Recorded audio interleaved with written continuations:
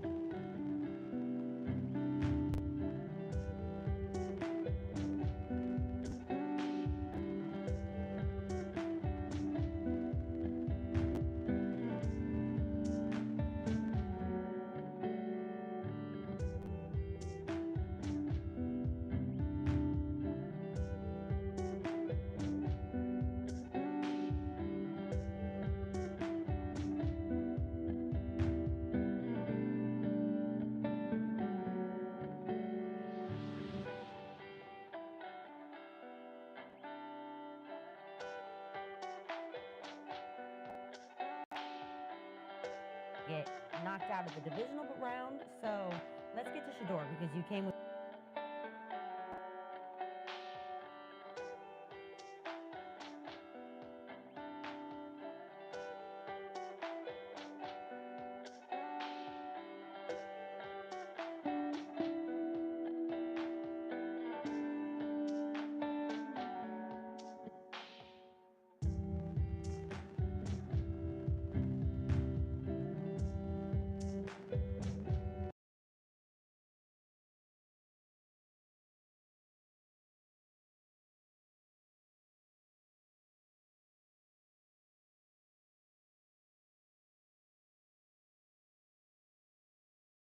enough time getting off their bandwagon like I told him. And look, that game was close. Chiefs.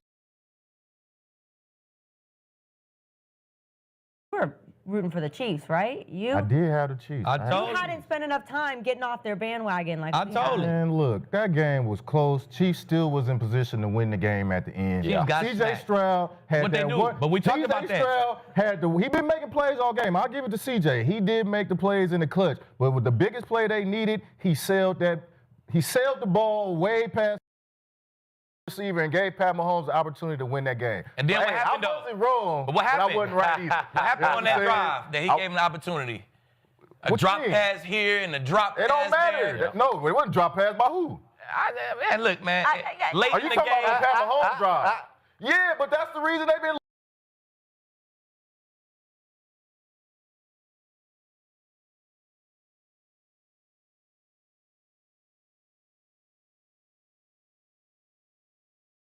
Mic check, mic check. Man, I'm glad you came in here because I would have did this whole reaction. Thank you, thank you. Okay. That's funny. What happened? Why you say you're in shambles? All right, we got the Texans. Why the speakeasy and the arena. Not get I'll put out of his timestamps. way in Cleveland. We need to fire him. And what in the world is wrong with Lamar Jackson? Is it over in Baltimore after Yeah, move forward, move forward, move forward. 5 straight? And look, Chiefs 12. The Texans have now won 5 straight games. Did I see the Burrow thing? Chiefs 20 what was it? to 10, and you were rooting for the Chiefs, right? I did have the Chiefs. I told You hadn't spent enough time getting off their bandwagon like I told him. And look, that game was close. Chiefs still was in position to win the game at the end. Chiefs got CJ smacked. Stroud had What they that do, one. but we talked about that. Stroud had the. He been making plays all game. I'll give it to CJ. He did make the plays in the clutch, but with the biggest play they needed, he sailed that. He sailed the ball way past the receiver and gave Pat Mahomes the opportunity to win that game. And then But, what hey, happened, I though? wasn't wrong, But what happened? I wasn't right either. What happened on that drive that he I- gave him the opportunity? A drop pass here and a drop pass It don't there. matter. No, it wasn't drop pass by who? Man, look, man. Late Are in you the talking game. about Pat Mahomes drive? Yeah, but that's the reason they've been losing the whole season. That's what we said. They just ain't been making the plays in the fourth. And they did the same thing they did last night. Kelsey has 2 drops in a row on that last drive, 1 to seal the pick, bro. Come on, he's not in Rasheed had a drop. Rasheed had a drop too. That's what it's been all year. That's what we were saying. I took Houston in the point, so I'm happy. I had a big one. At some point, I just felt that those guys, like I said last week, that they would make those plays, and they didn't make the plays. So I was right and wrong. All right, but Andy Reid. I don't get it neither, Skip. He was right and wrong. You feel me? All right, guys, though, but Andy Reid did have 2 I get what he's questionable saying. calls to go for it on 4th down when they were on their side of the field, and people are up in arms about this. So let's take a look at what Andy Reid has to say after the game. You know, I put the guys offensively in a tough position with the 4th downs.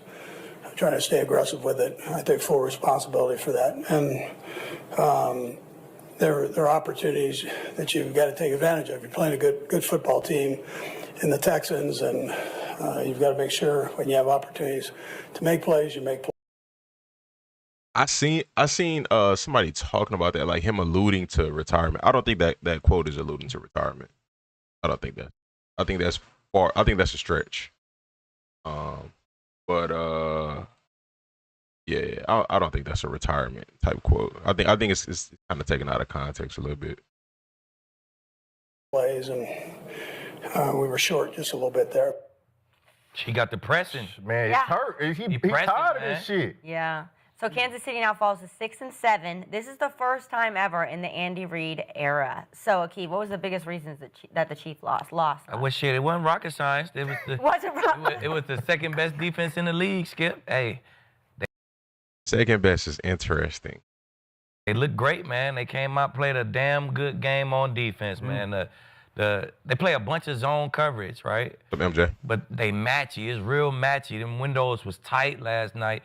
The man coverage was awesome. They strapped shit in man coverage all night.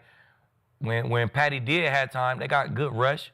When he did have time, wasn't nobody open. He had nowhere to throw the ball, man. He had to take off running. That defense, man, they ball. And when the ball got tipped in the air, it bounced the Texans' way and not the Chiefs' way, because it's just not the Chiefs' year it's just not their year this year, man. So it ain't rocket science. You hold Mahomes to 160 yards, 3 picks, the rush and the coverage match up like that, hey, that's the results of the game right there. So kudos to that second best defense in. Bro, nah, Joe not going nowhere for sure. If KC makes the playoffs, I'd be more surprised than if they didn't. At this point, nah, for sure. But it's like either one really wouldn't surprise me at this point. A or B doesn't surprise me. If they make it, it's the Chiefs. If they don't make it, it's kind of clear as to how they've been playing this year. The league. Wait, who's the second first best? Really? Hufunga. Tell them who. Well, hold on just a second. Hufunga. My stats say that the Texans lead the NFL in points allowed by a lot, and they lead in yards allowed by a lot. Let me tell you what my stats say. When we went to see them head to head, our defense got stops in the 4th. Oh my gosh. They defense didn't, and we won the game. CJ was gone after a Because quarter. we knocked him out. Because we put him down. You gotta put him down. You That's gotta part of it. Yeah, He hit part his of it, head on Skip. the turf. He whiplash. knocked him out. That's on. part of it, Skip. Yeah. Hey, head to head, our defense was better in the 4th, baby. Their defense is Come better on, than Sometimes your it ain't defense. about yards. It's about who's more violent. It's about who gets stops at the end of the game. I don't know. The Texans looked violent last they night. do. Did you see Rasheed Rice get hit? Oh, that was a car crash. That was awesome. That was a That car was crash. old school No, football. I'm telling you, they came out and balled last night. They did came their out. thing. You know what they did? They kind of mimicked that our game plan. Yeah, they They did. mimicked our game plan. I'm telling Oh, you, bro. But I ain't gonna lie. For real. I know. I feel you. They mimicked our game plan, and that's how it looked. You But feel the me? Chiefs did do a good job of holding Hunt and Anderson They did. to limited pressures, right? They did it. I said Andy was gonna scheme them up. Now I don't know what the supporting cast was doing, even with all them linemen out, but you gotta give them credit for doing that. But you see, Hunt, they didn't rush like they used. They rushed like contain discipline. Yeah. for sure. they rushed real rushed discipline. contain Like, I'm rush. not just finna rush upfield and let him. You gotta be disciplined against Mahomes, bro, because he's one of the best at extending the play, in general, in the league. Who's the dude next to Keep? Richie Incognito. Used to be a offensive lineman for the Dolphins. He was pretty good. I think he was a Pro Bowl offensive lineman. Him get out and do his pass. I think he played for the Raiders They too. rush real. If I ain't beat him right away, boop, they stop and they kind of just let the inside guys get the pressure. And shit, they missing linemen inside as well. So I like that game plan, man. Yeah. Speaking about offensive line, that's kind of going into this game, the Chiefs nightmare fuel. They got 3 starting offensive linemen out of the game. There's no Juwan Taylor, no Trey Smith. Simmons is out of the lineup. Then Wanya Morris goes down on the first play of the game. So now you're down to the backup of the backup. And they were really smart rushing the passer last night. They wanted to keep Patty caged in there because Patty's been using his legs to gut defenses this year. But I think it comes down to the offensive line. We look at inconsistent play all year with Patrick. He's had his receivers in and out of the lineup. Ray Shee was out for the first 6 games. Worthy's been hurt. But I think it's on the big boys up front. And I think another key stat is the 6 drop passes last night.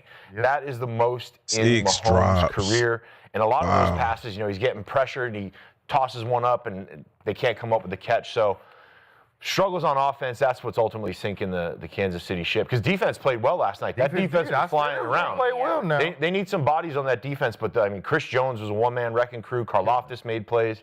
They were flying around. And he was due for some plays to be made. Yes, both of them. And Bolton, I love Bolton. I think Bolton's one of the best linebackers in the NFL. I really do think he's one of the best. McDuffie was following Nico, and Nico got off.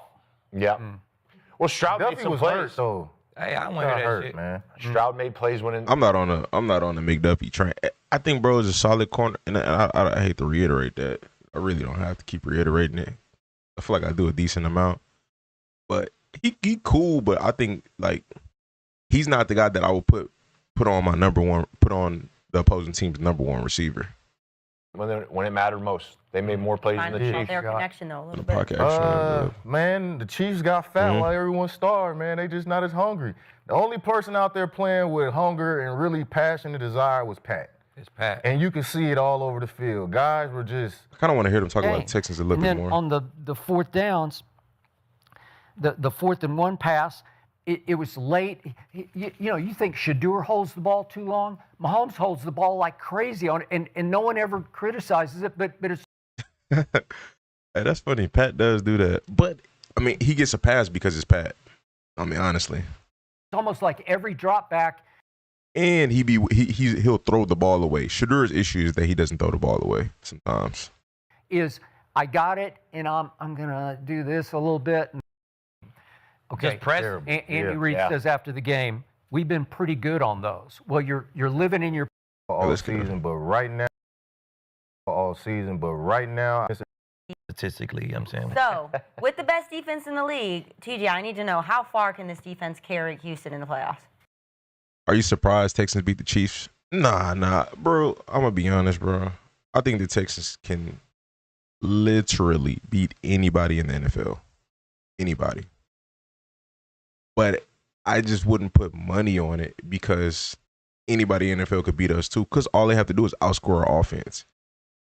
If our defense can hold a team to 14 points, the offense only got to get held to 7 points, and that's realistic. Both are realistic.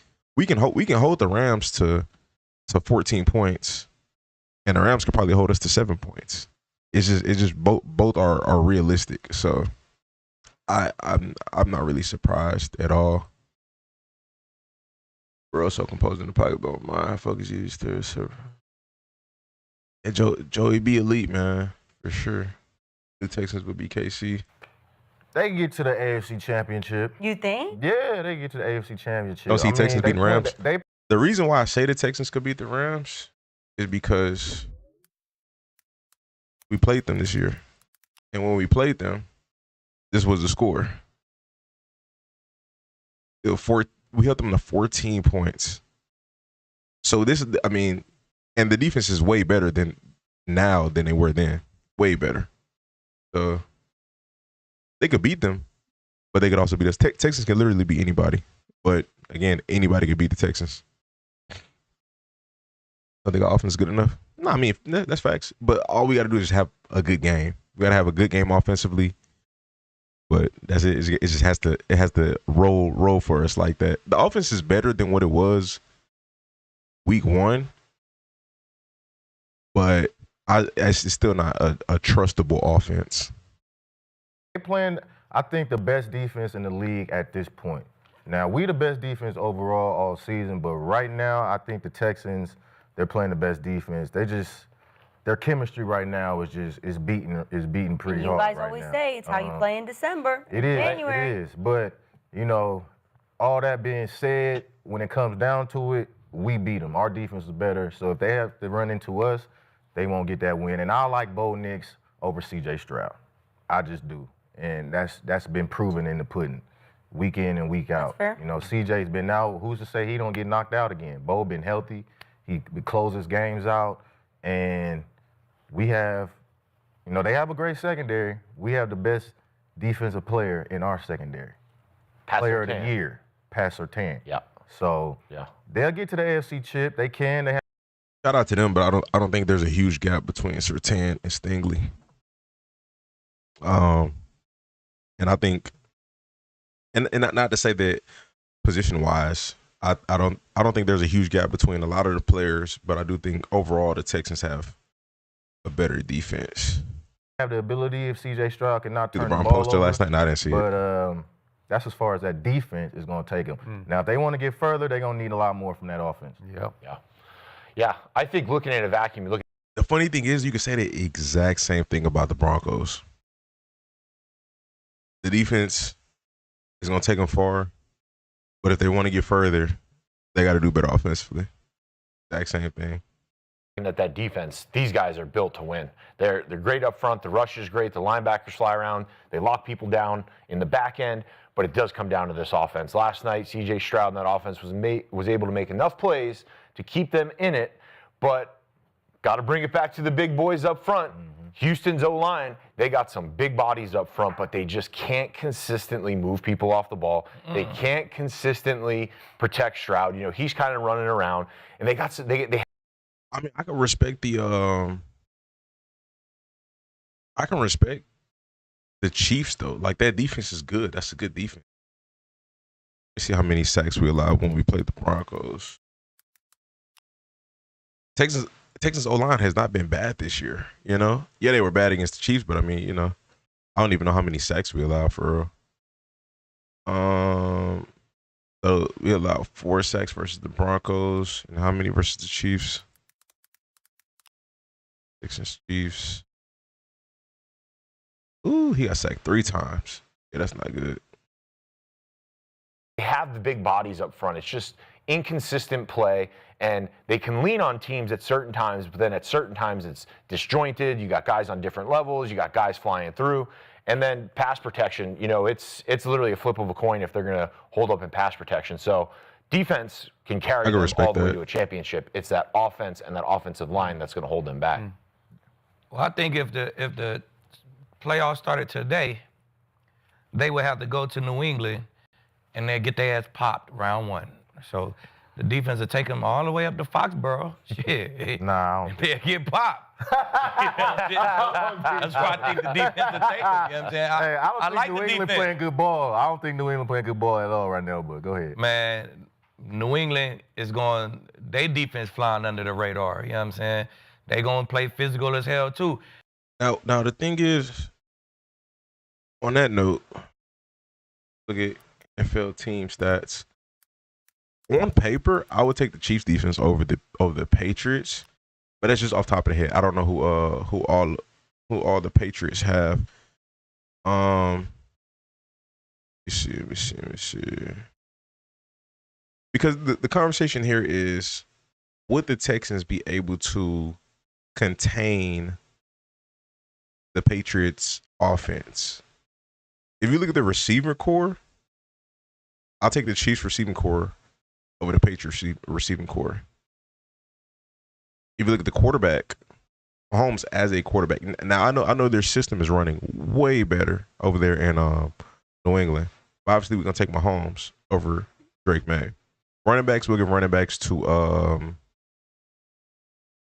I give running backs to New England. I like Kareem, I like Pacheco, but I do like Trevion Henderson. But now with the Texans offense struggle against the Patriots defense. Let's see. Kansas City has the 9th defense. New England has the 7th defense. And it's not off by much. That's less than a 10-yard difference in yards per game. Okay, let's go to points per game. Scoring defense. New England 18.5. And they're pretty close in terms of this is about a 1-point difference. They're pretty close. So I mean, statistically, I think we'd have good odds against New England. And then let me see their offense. Let's see New England's offense. Total offense, yards per game. Kansas City puts up more. Oh, they're about the same. Yeah, they're about the same. Interesting. Kansas City only issue is just allowing too many one-score games. Let's see, scoring offense, points per game. New England, 7th was Kansas City. Kansas City is 11th. So they slightly better than Kansas City by 3 points. If we give Kansas City 3 more points in that game, Texans still win. So, yeah, I mean, and I said that the other day, there's no team in the AFC that scares me. No offense, really, specifically, that scares me. In the AFC, like again, any team could beat the Texans, but the Texans could also beat any team. I don't think the Patriots will pop the Texans. Like I don't think it would be like that. Pacheco cooked. Really? Did he play? Did he play last game? How we doing, Miss Hoover? How do I feel about the Ravens Packers getting put on primetime instead of Texans Chargers? It's a little wild. But I mean, it is what it is. Your predictions yet? No, I'm gonna do them in a little bit. I'm gonna do them at the end of the stream. Yeah, yeah. I mean, really, Texas they can do work against anybody. And when the playoffs come, I guarantee you, Vrabel had them boys ready to go. Yes. I guarantee you, McDaniels have an excellent game plan against that little zone coverage that they run. I just like, if it stayed like this, I like them to go get popped. Only receiver I've seen get off on the Texans this year is JSN. That's it. That's the only receiver that come to mind. Nobody on the Patriots, and respectfully, as much as I like Stephon Diggs, he's not as quick as JSN. So it's like, if I had to put Stingley on Diggs, I'd be 100% cool with that. I mean, I ain't got no problem with that. Watch out the reaction. All right, bet. Right now, I mean, with that good defense, their offense just ain't bringing enough to the table. Like Richie said, that defense will play well, but Drake just accurate, bro. He going put completions after completions together. He gonna go down. He gonna get points. Josh McDaniels has seen it all. You know what I'm saying? So it'd be bad luck for them. But you can say Andy Reid seen it all too. The Patriots first round and got to go to New England. That's I a tough place to play. agree with you on this one. If they have to go to New England, they will get popped. Because of what Richie said about the offensive line. Because I was seeing flashbacks last night of at Seattle. Remember that night game at Seattle when they just got obliterated in the offensive line? They couldn't block anybody. Yeah. Last night. I'll say this. That Seattle game, that was bad offensive play calling, bad coaching on the offensive side. And they've gotten better in terms of having like a quick game. Because when a pass rush is coming that quick or they're sending blitzes like that, you need a better quick game. And we've had that before the Seahawks game.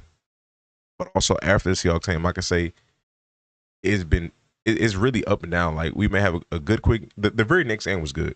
I think we played the Niners right after the Seahawks, and the quick game was very good. And you need that again against these teams who like to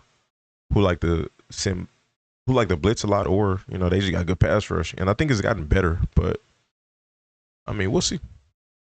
Most of the time they couldn't block anybody on pass pro. Right. But C.J. Stroud made 3 plays last night, and he's not very athletic, but he made 3 rollout sort of scramble plays where I'm like, where did that come from? And that saved the night for them. Yes.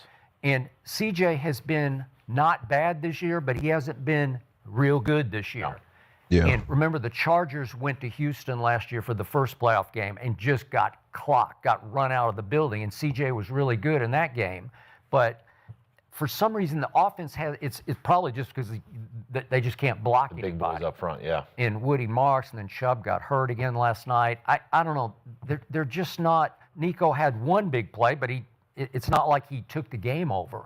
You know, like. Got like 120 or something, didn't he? Yeah, but he had that He one did, huge if play I'm not to mistaken. start with.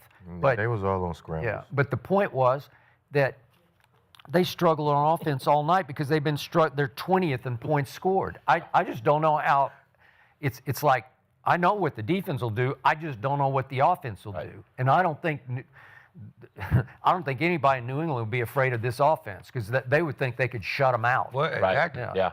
Yeah, I mean, it comes down to the big boys up front, and they got exposed in that Seattle game. They were trying to convert some of those 4th and shorts, and they were just getting shoved around. Yeah. And, like, when I see a big offensive line like Houston has, like, I want to see the big dogs, like, resetting the line of scrimmage. I want to see them getting pushed. I want to see them double-teaming guys back to linebackers.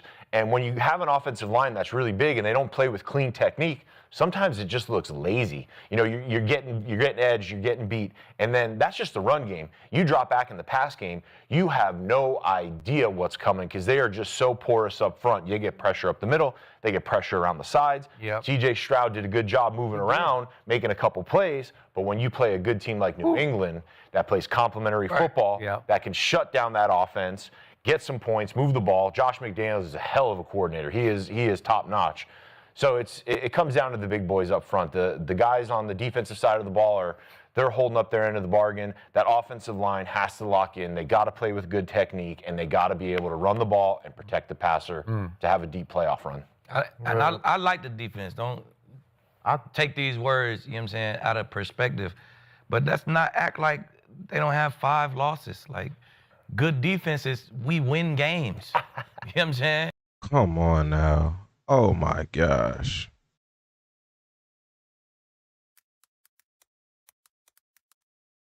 Let's be real. Stakes and schedule. Okay, in our losses, let's see. They allowed 14 points to the Rams. 14 points to the Rams. And respectfully, one of the guys who gave up a touchdown is no longer on this team. They allowed 20 points to the Bucks. That's not a lot. It's enough, but it's not a lot. And then we got to include, context, as far as the offense turning the ball over and getting the other team good field position. They lost to the Jags. Same thing in here.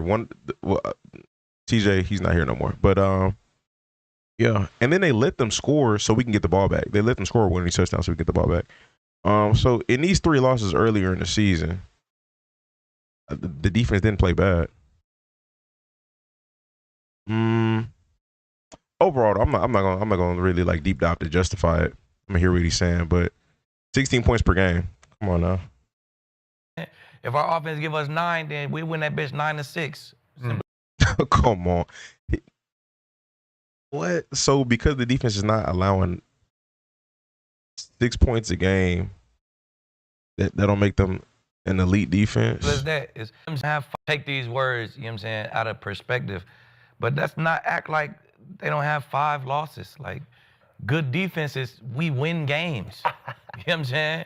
If our offense give us 9, then we win that bitch 9-6. Simple as that. That's what good defenses do. They find. That's a historic defense. To say that we're gonna win this game if our offense scores 9 points, that is a trash offense. If we have to rely on the offense to score 9 points, that's a historic defense, and you can't expect that week in and week out. Nor can you expect to win a Super Bowl off of an offense scoring 9 points, or 10 points, or 14 points a game. Like, it's not happening. Ways that we gonna win the game, all right, bud? You're right. They got 5 losses. And they've won just about every game that they have because of the defense. They didn't find a way to win 5 times this year. So that means they're very beatable. Yeah. But you can say same thing about the Broncos. You can say the same thing about every team in the league. Everybody's beatable. Everybody has multiple losses.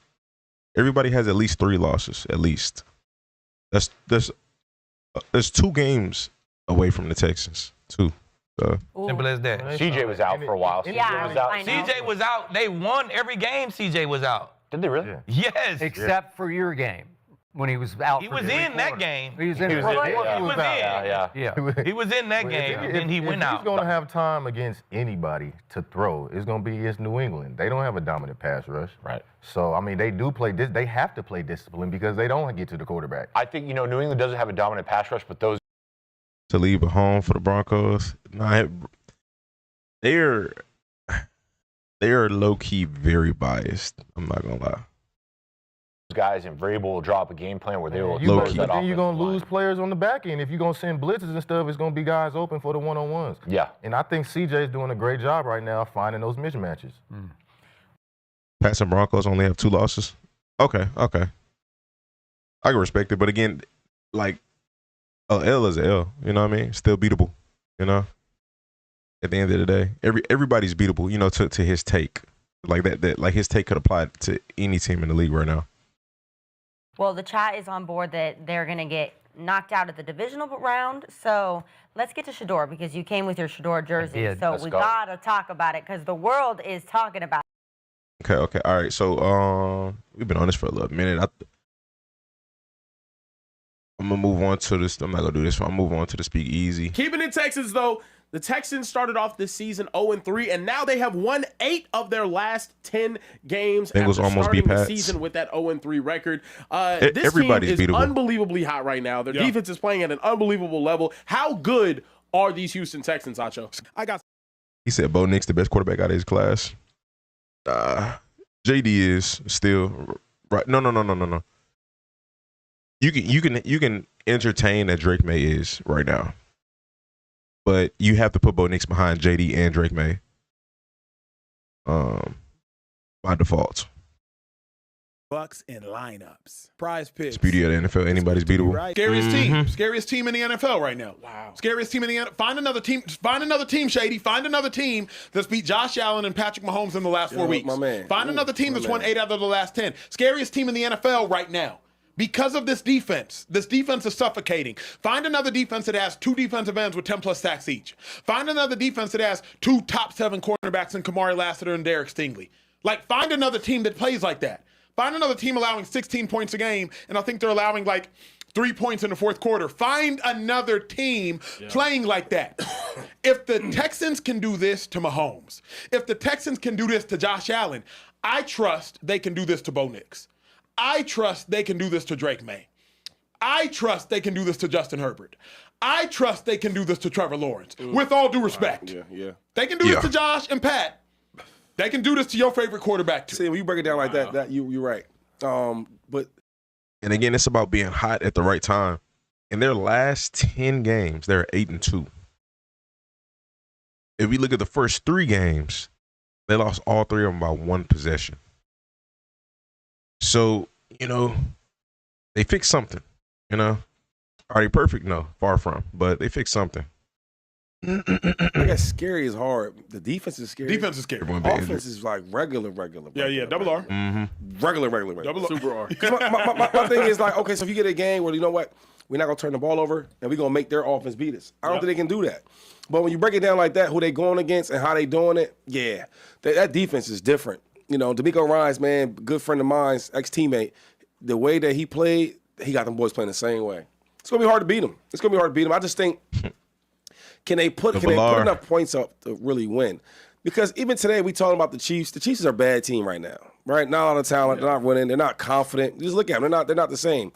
The Chiefs should be one of the most confident teams I've ever seen. They're not confident. And you watch this game, like, the Chiefs was trying to give them the game. Yeah. And they almost won. Yeah. So when you call them scary, Acho, I don't like that. I will say, though, I don't know if the Chiefs are not confident, but they're not playing to they're not playing to their highest potential. That's for sure. I don't know. I mean, I don't know. It's probably correct from some aspect. That's how the Chiefs should have been last year. I mean, they were this last year. This was the Chiefs last year. They were in one possession games every game last year. It's just it was flipped. This year they're losing most of these one possession games. Last year they were winning. But it's one possession games this year, one possession games last year. So it's this team is very similar to the team last year. It's just they're not getting it done when it matters most, which is, at the end of the game. They're hard out though. Like okay. You know what I'm saying? Fair. That's I like that. I like how you said that. And I don't think I like how you said that. This I guess the matchups. Yeah. Right? Because that defense, man, What I think it is, Shady, is I think this year's playoffs isn't going to be about who can score 40 first, who can get to 24. This year's playoffs is going to have the Broncos. Only game that didn't feel close was against Seattle, in my opinion. Scored late to make it seem closer than it was.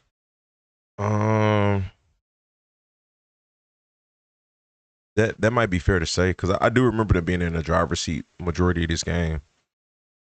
Like, it never felt like the Texans was in any position to win this game. But that felt like more so because of the offense, not the defense. Like, it felt like the defense was the defense scored for us in this game. So I felt like the defense was keeping us in this game. Yeah, I don't remember us doing nothing crazy. Sam Darnold didn't have a good game. Their run game wasn't crazy. I mean, they did good, though. It's not bad. Like, overall, 66. That's 4 yards a carry, 4 yards a carry. That's not bad. Run game was decent. They just pound the rock. And then they let JSN get off. This is bad. This is really bad. But no, I do agree that this probably was the only game that didn't feel close this season. But again, offensively, it was terrible offensively. I think if the offense was decent in that game, it would have been closer. But I mean, it is what it is. It's a defensive team. It's going to have the Patriots. Yep. It's a defensive team. It's going to have the Chargers. Right now, that's a defensive team. It's going to have the Texans more than likely. Who's on contract years and how much cap do the Chiefs have? Is Dynasty over? Nah. Everybody's good on the Chiefs that I know of. I don't think anybody's up for contracts. Anybody major? Cap space 2026. Chiefs in the negative. They're terribly in the negative. I don't think it's anything crazy. Free agency 2026. Kelsey is a free agent. He's finna be gone. Hollywood is finna leave. But I mean, they're not finna miss Hollywood. Kareem Hunt. I mean, I'm not gonna lie, they could draft another guy to replace Kareem Hunt. Brian Cook.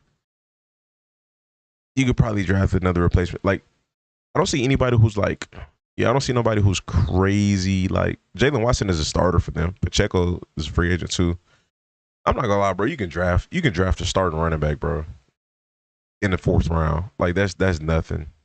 You could draft a starting safety, if I'm being honest, in the 4th round. No offense to these guys, but like I see this like I feel like every year, like late round safeties. You got to scout right, but this is not hard to find. Yeah, there's nobody crazy. I mean, you can say Kelsey, but Kelsey 37, so Kelsey already finna get up out of there, out of the league pretty soon. But majority of their core pieces are all under contract. Again, Jeremiah Love, that would be disgusting. I would trade up for him. If I'm them, I'm trading up for him. If he's available. If they get knocked out of the playoffs, that's the guy you trade up for. Being the Chiefs. Yep. It's a defensive team. Don't know why they don't play Royals. They got too many receivers. The Patriots. Yep. Right? Now, I know the quarterback's still young, but man, he could put up points if he has to. Sure. Mm-hmm. And my thing is, if he goes against this Texans team, right, the defense is playing great, and he puts up, 30-something points. Ooh. But if he does that, it's a wrap. But I'm saying, let's say 28 points. Okay. Let's say 28.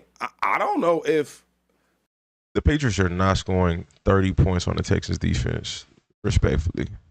the Texans can beat them. I agree with you. You know what I mean? Because but I agree with you. I don't trust the quarterback right now. I don't trust the offense. Yeah. They run the ball. They look like the yeah. I don't say that because that seems better. But they have a safe, conservative offense right now. And my thing is, if you're going to go to the top and win it all, I don't know if you can win with that type of offense. But I do agree with you, but here's where I think you're wrong, if I may. You heard Kamari Lassiter on the show. If we let anybody in our end zone, we upset. You just said 28 points. That means they let somebody in the end zone 4 times. I just don't know if I see this Texans team. We're looking at the Texans scores off camera right now. Yeah. The Texans' last games, they've allowed 20 points to the Chiefs. They've allowed 10 points to the Chiefs, 16 points to the Colts, 19 points to the Bills, 13 points to the Titans, 29 points to Shady McCoy's point to the Jacksonville Jags. Yeah. To the Jags, we allowed a return touchdown. So let's take away 7 points off of that. And then you got to include whatever we did give up offensively. Did we allow two return touchdowns in that game? Anyways, I'm not going to look it up. But one of them was a return touchdown, and then, our offense be giving up good field position. So, yeah. Like, this isn't a team that's about to go out there and allow 30 points in a game. They've given up 25 points plus two times this entire season. They have held some of the best offensive teams in the league to well below their average. Against San Francisco, held them to 15. Against allowing the touchdown. I mean, it's with context though. A return touchdown does not. I'm not gonna say your defense allowed 29 points a game. If the special teams allowed a return touchdown, do they count that in stats? I don't think that's counted. The defense didn't give up a touchdown if they're on a kick return. You know what I mean? Like that's I'm not blaming the defense for that. And if the offense throws a pick at the 20 and the defense give up a touchdown, yeah. But I think context is respected. I'm sorry, against the Rams, held them to 14. So they had 2 return touchdowns? That's crazy. Wow.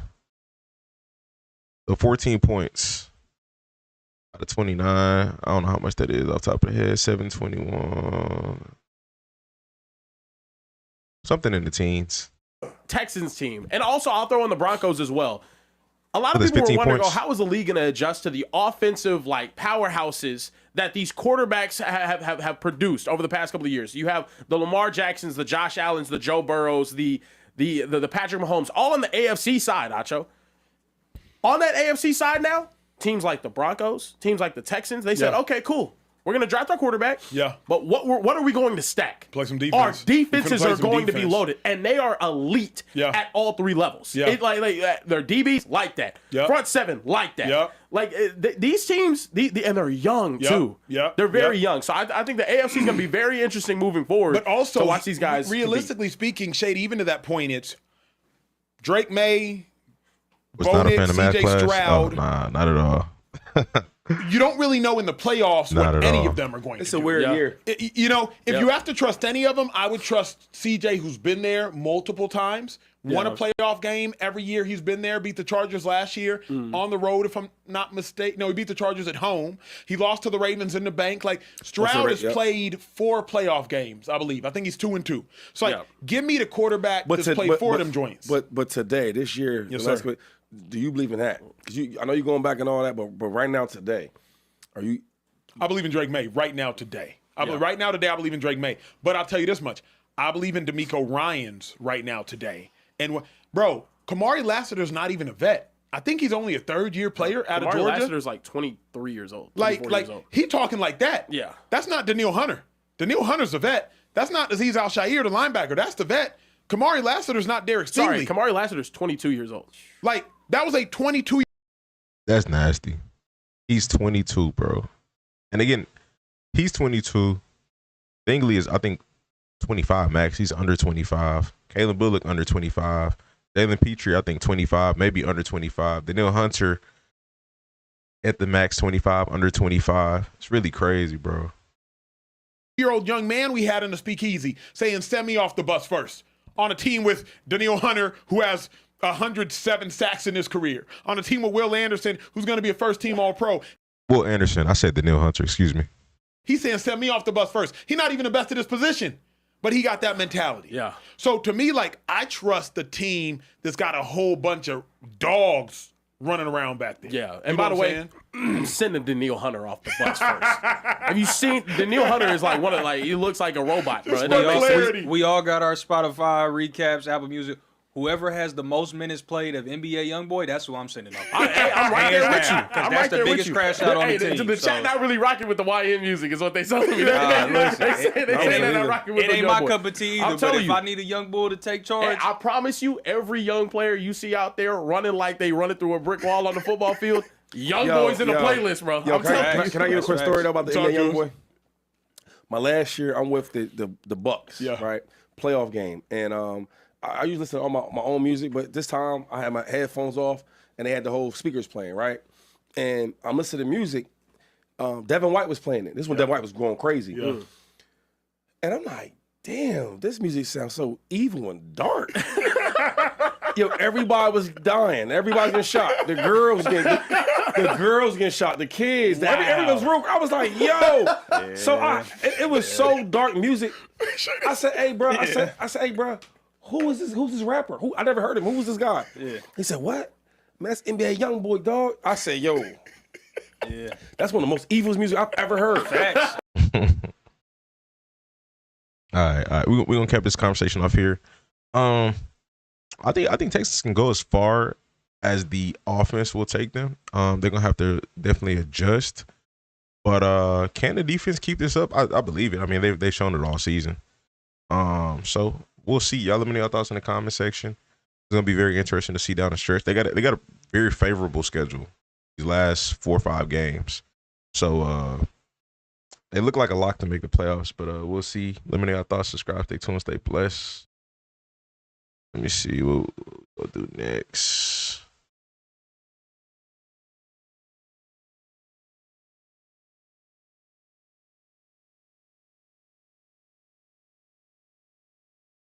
Top 5 defenses: Texans, Seattle, Browns, Rams, Jags. You don't got Broncos in the top 5?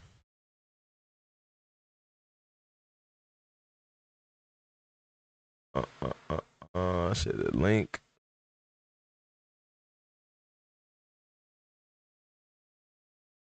Can cut it to single digits. Oh, LeBron James! They can cut it to single digits. Oh, LeBron James! Is this the NBA Cup? Is this the play-in? Is this the same thing as the play-in or no?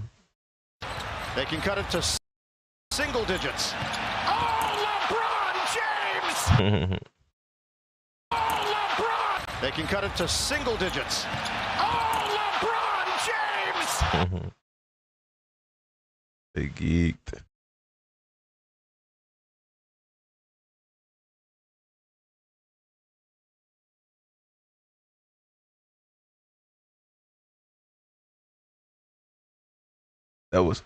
What's up, Heck? How you doing? That was it. The cup.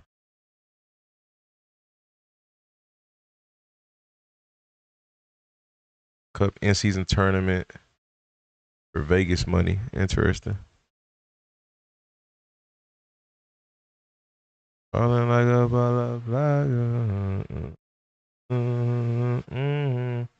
Oh, this is EPA. EPA, I'm not a big EPA guy. Like, again, I respect it, but like this is a stat that I take with a grain of salt.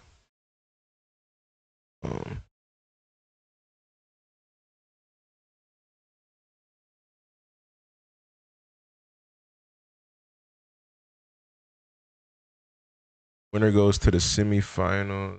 The fact that he's still doing it at 39-40 is crazy. Nothing but God-given talent. I mean, he take care of his body too, to be able to still, get up off the ground like that and dunk on somebody. That's a big thing. 41. Lakers lost by 13. Interesting.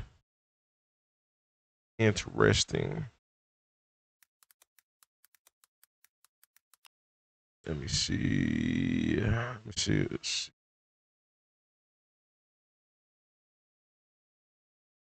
Mhm. Points per game: Houston, Seattle, Rams, Denver. Interesting.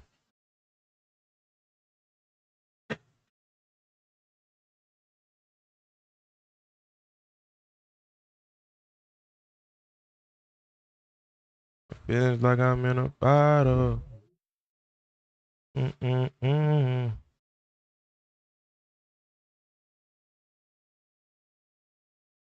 Mm-mm-mm. Talking about it. Yeah. Dorsey. To the Spurs without Wemby. That's tough. I think I did a Shador video already. Talk about Joe Burrow.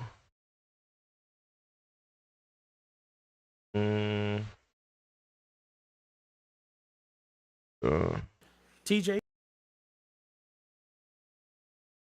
the Bengals broke Burrow. That's an interesting statement. TJ.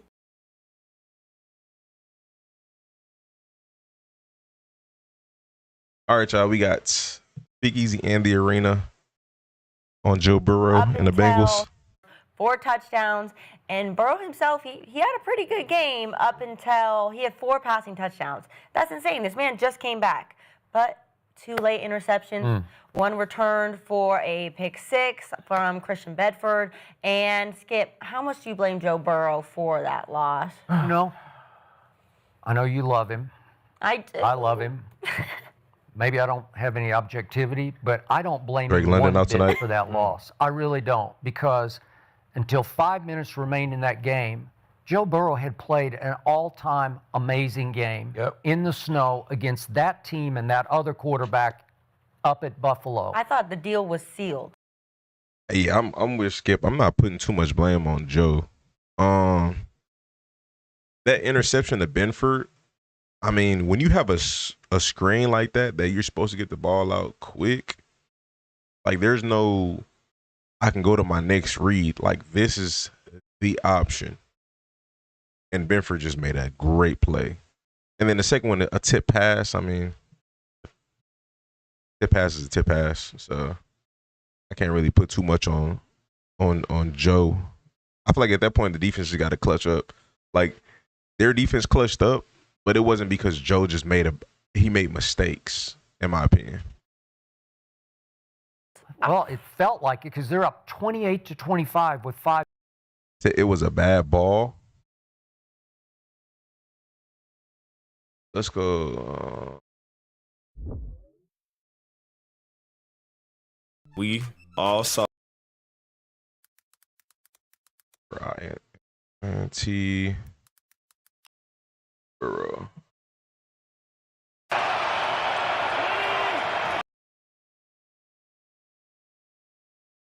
Trying to play this in a way I won't get copyrighted. From the 33. I mean, he threw it high. He can't. There's no way he can throw this straight because Benford had to jump up to get this. He would have had to. You know how high he would have had to throw the arc? Like that's just not normal. You don't expect that. And then he had to throw it quick. He threw it high enough already. But he would have had to put a crazy arc on that ball. That's And again, there's no other read. It's like I got to snap the ball, get it to Jamar. I give more credit to Benford on that play than I take from Joe on that play. It was a bad play call, if we're being honest. I mean, a screen on 1st and 10, I really can't call it. I can't say that's a bad play call. I more so think I think it's just a great play by Benford. I mean, he knew what was coming. He knew exactly what was coming.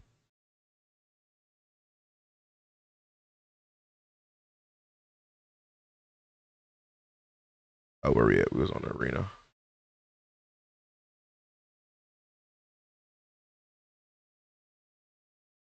Why not run? Again, it's a screen though on 1st and 10. I just I can't be mad at that. You know? Again, I think that's just an amazing defensive play.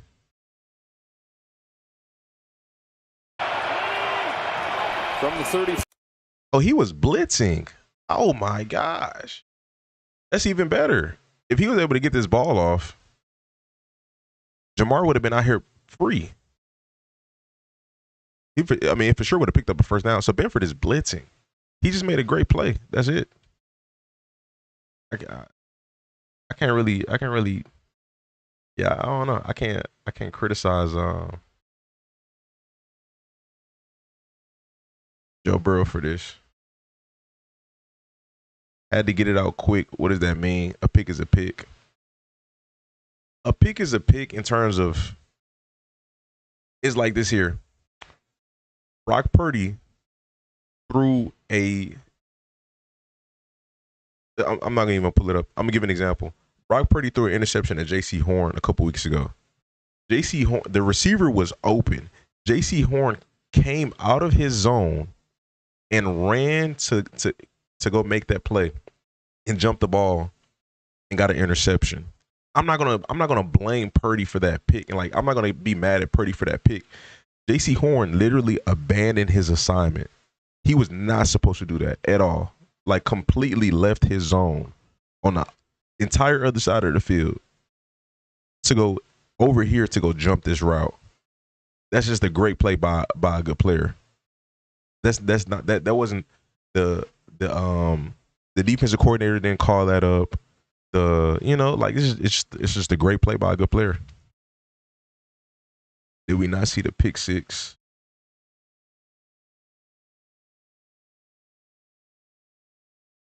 But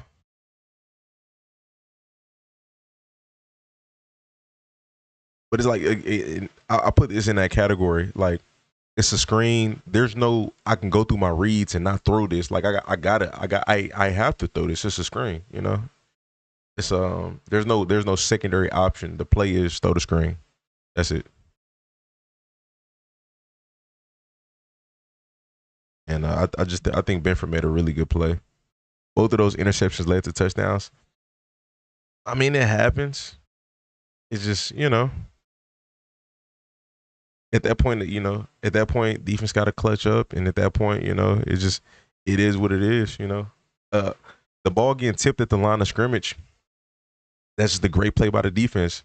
I'm not going to be mad at my QB, because the defensive lineman tipped the ball and it got picked off. Like, I'm not going to blame it on a quarterback. I mean, you don't account for stuff like that happening.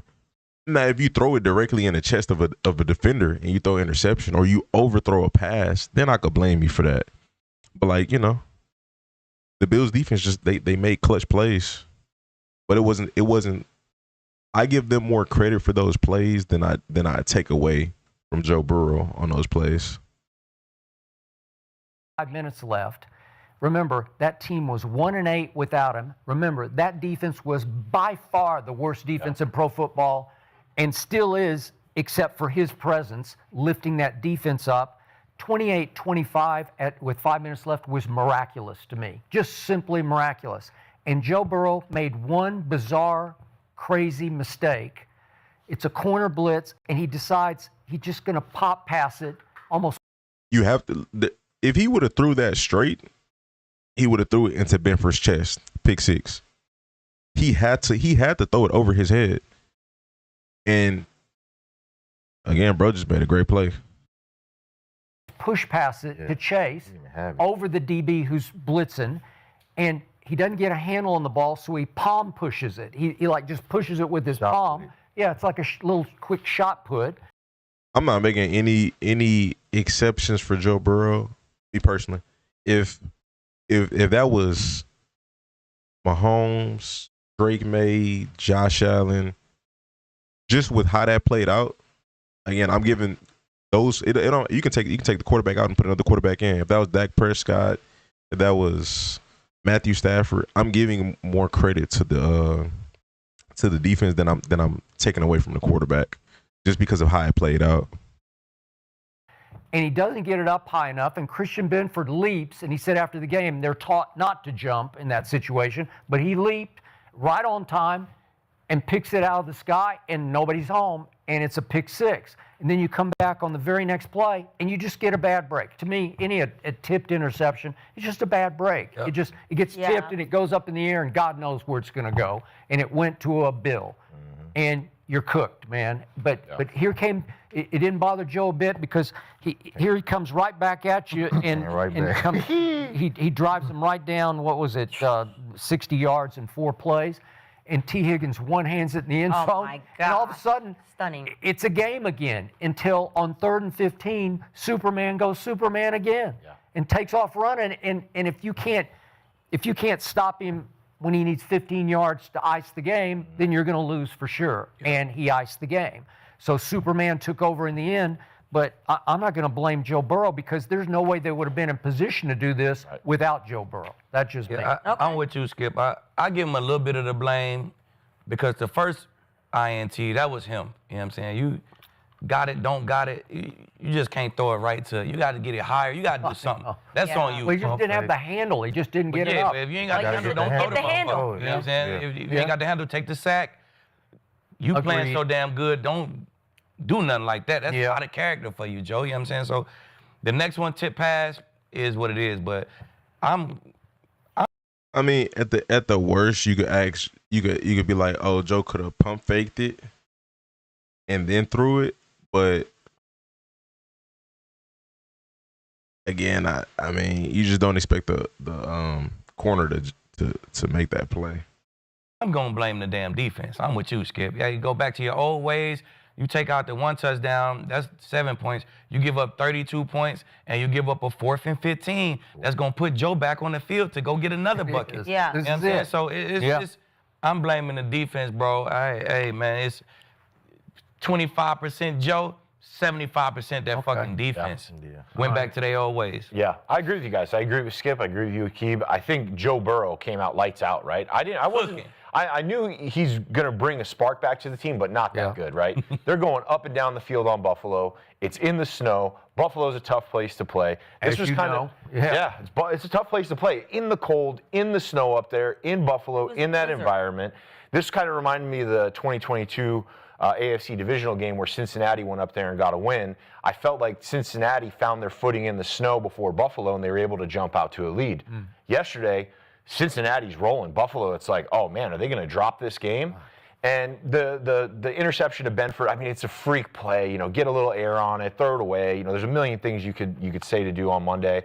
And then the tip pass, that was just that's helter skelter. It's just that thing gets tipped and it goes up. It comes down to the defense. The defense has been letting Joe Burrow and the Bengals down for years now. For years, they got rid of Lou Anarumo. He goes to Indy. They got a solid defense. That's it. You know, it's kind of a lost year for him, but this is an encouraging sign for the Bengals. They got Joe B back, and he's cooking at a high level. They just need some defensive. Less than 20%, man. Like, that whole game, Smoking Joe, he wasn't missing nothing. No. Wasn't missing nothing. Then you got Benford. He been wearing his rabbit foot for the last 2 weeks. Benford's he got 2 touchdowns. He does. And he just picked last week, a touchdown last week, pick and a touchdown this week. You know, he been playing lights out. You know, that's a play that really doesn't happen often. And then the tip pick, the ball can go anyway. That's football gods for you. But the second down play where you have a free runner and you let the quarterback go 40 yards for a touchdown, like 52. I don't know your name. I'm not even gonna say your name. But he 52 today. You 52. You might be. Something else by the end of this year. But you have to make that tackle, man. And where's the rest of the defense antennas? Something's going on for 5, 6, 7 seconds. You start looking for the ball if you in man coverage.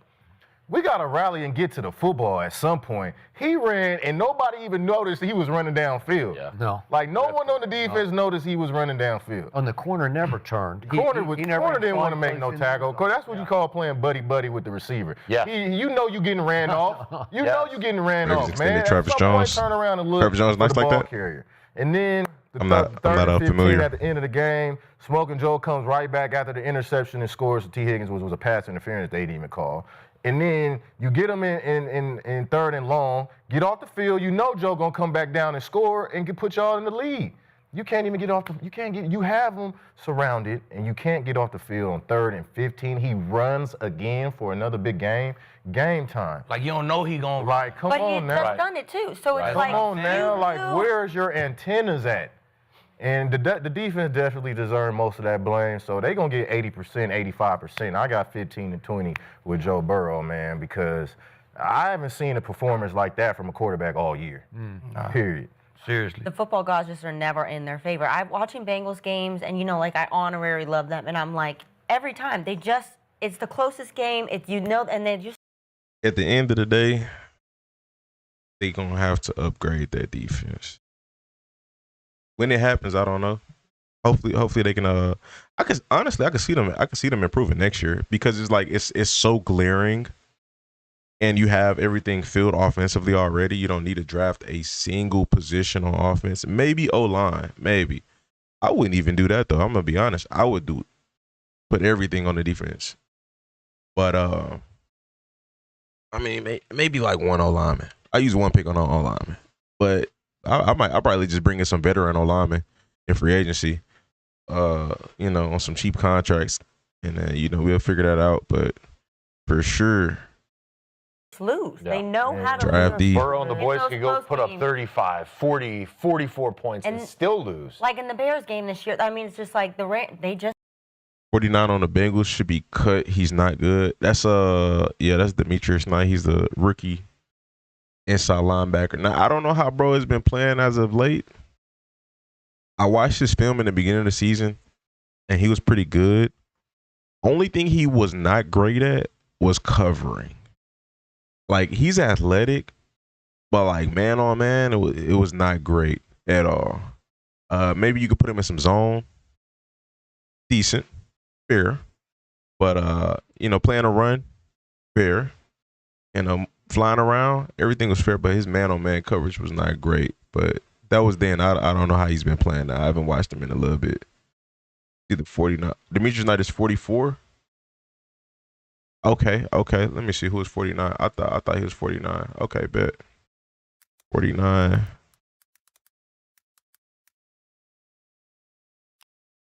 On the Bengals.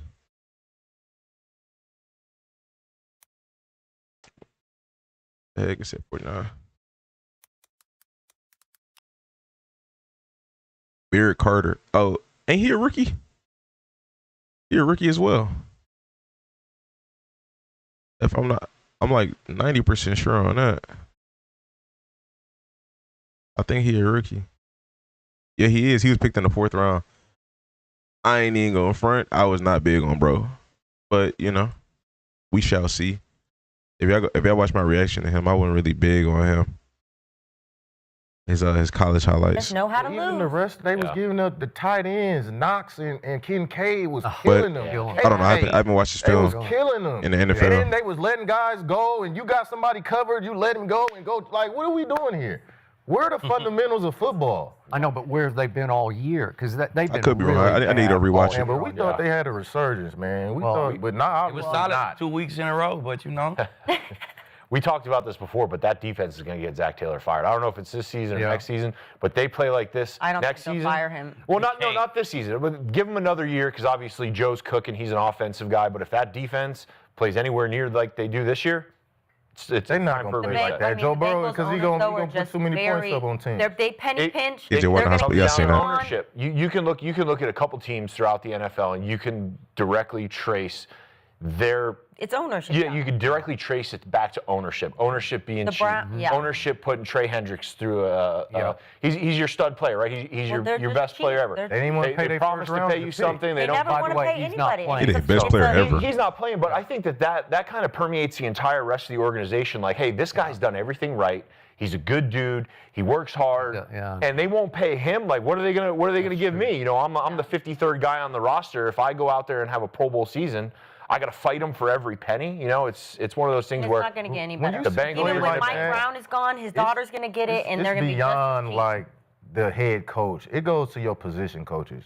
Because what they're teaching is what's ingrained. So you have defensive players, you're not sticking to your players in man coverage. You're not staying in your zone relating to that goes to the minute coaches. So you got to look at, the head coach, he is the, putting everything in the game in the factor that way. But what are these position coaches teaching their linebackers? That's very, very big. Stuff like that goes under the radar, because you could have one of the worst position coaches in the league, or you could have one of the best position coaches in the league, and especially when you got young guys in there, it's definitely gonna make or break them. But I think position coaches and defense coordinator, I don't think the defense coordinator has been that great this year either. At least the play calling doesn't have seemed to be. What is the secondary coach teaching the safeties and corners? Yep. What are they teaching the D-line? Because as you know, we with those guys every day for most of the day. Yep. And if you don't have a good guy like that teaching you what you need to do ins and outs, day in and day out, then as a whole, you're going to be shitty. Yeah.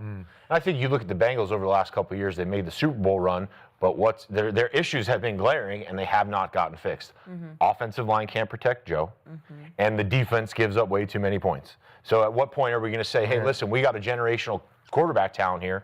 When are we going to change that? When are we going to address the O-line? When are we going to bring in the right guys? When are we going to draft the right offensive lineman to run Zach's scheme? Because what Zach wants to do is Zach wants to spread them out. He wants to go 5-on-5 up front, and you have to be very talented to be able to hold up 5 offensive linemen versus 5 pass rushers. Too much scheme teaching. You're teaching the scheme, you're teaching the playbook, but you're not teaching fundamentals. Now, I got to Tampa, we taught the playbook. This is how you run cover 4. This is what we running in 3. You take 5 steps to the numbers. You backpedal in cover 2. But what are the fundamentals being taught within the scheme? A lot of coaches don't do that, and you see that with undisciplined teams and defenses. It's terrible. I hate watching it because I know what's up. I hate watching it. I'm actually surprised. The chat is 50-50 on it was Joe Burrow's fault, which I'm kind of surprised about. Wow. So they're kind of putting on. 50-50 is crazy. That's crazy. I don't blame. I go with whoever says 75-25, 75% on the defense, 25% on Joe Burrow. Let's hear this out. Joe Burrow is no longer elite. Your Cincinnati Bengals.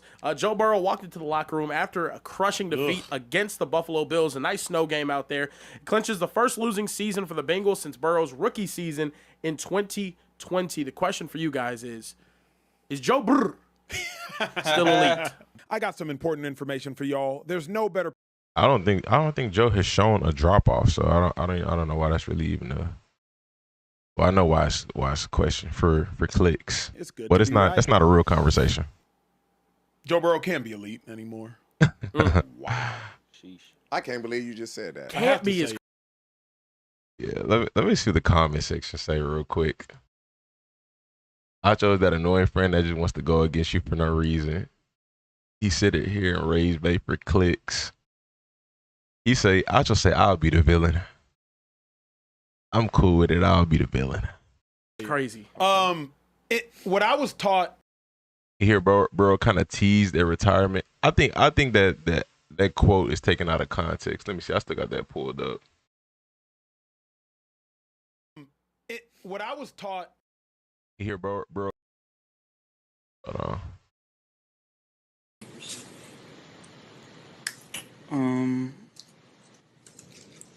No, it certainly doesn't change my desire to win. If I want to keep doing this, I have to have fun doing it. I've been through a lot, and if it's not fun, then what am I doing it for? So that's the mindset I'm trying to bring to the table. How much fun are you having right now? Is it difficult to have fun given the season?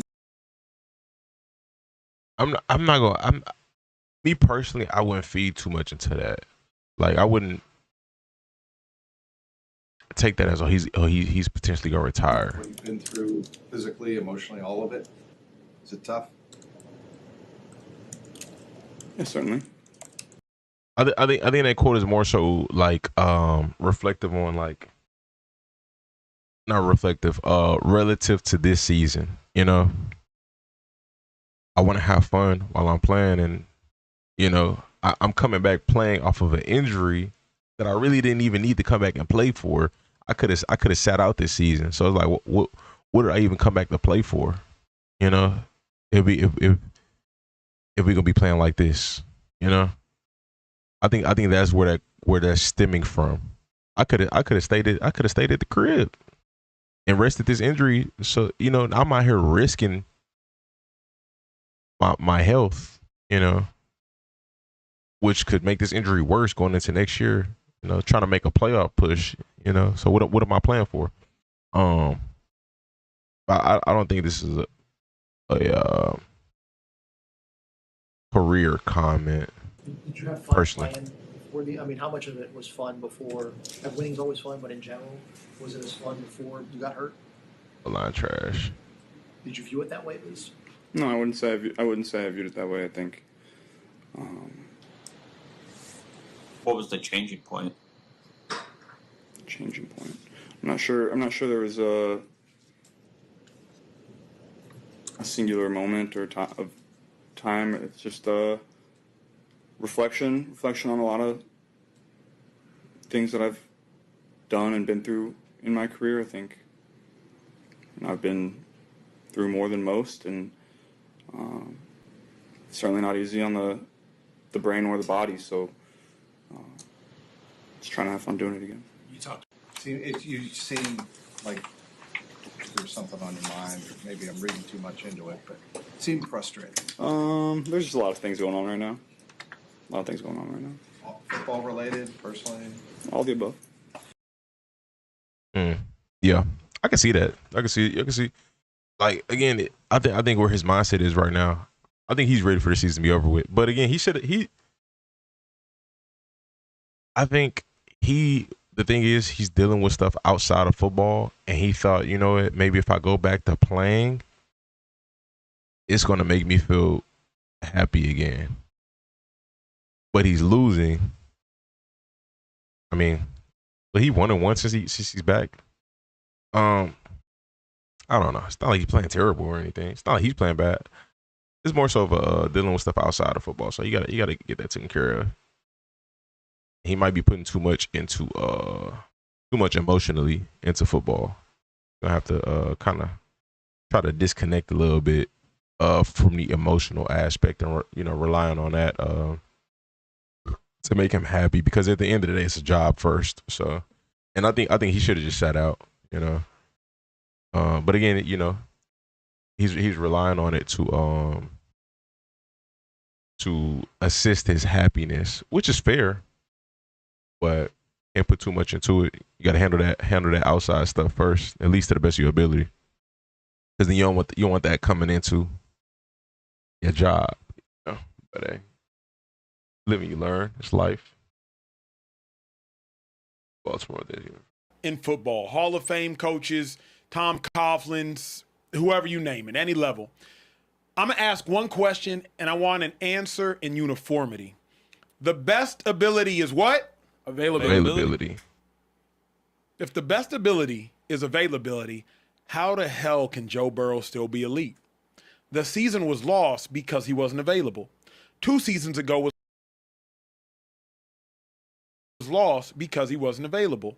His rookie season was lost because he wasn't available.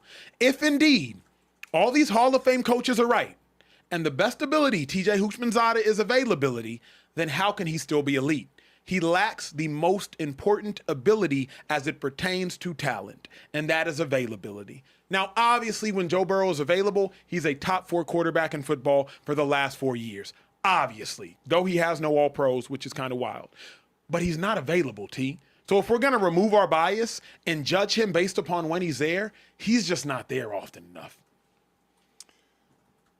When Joe Burrow's on the field, he's elite. To answer the question, absolutely he's elite.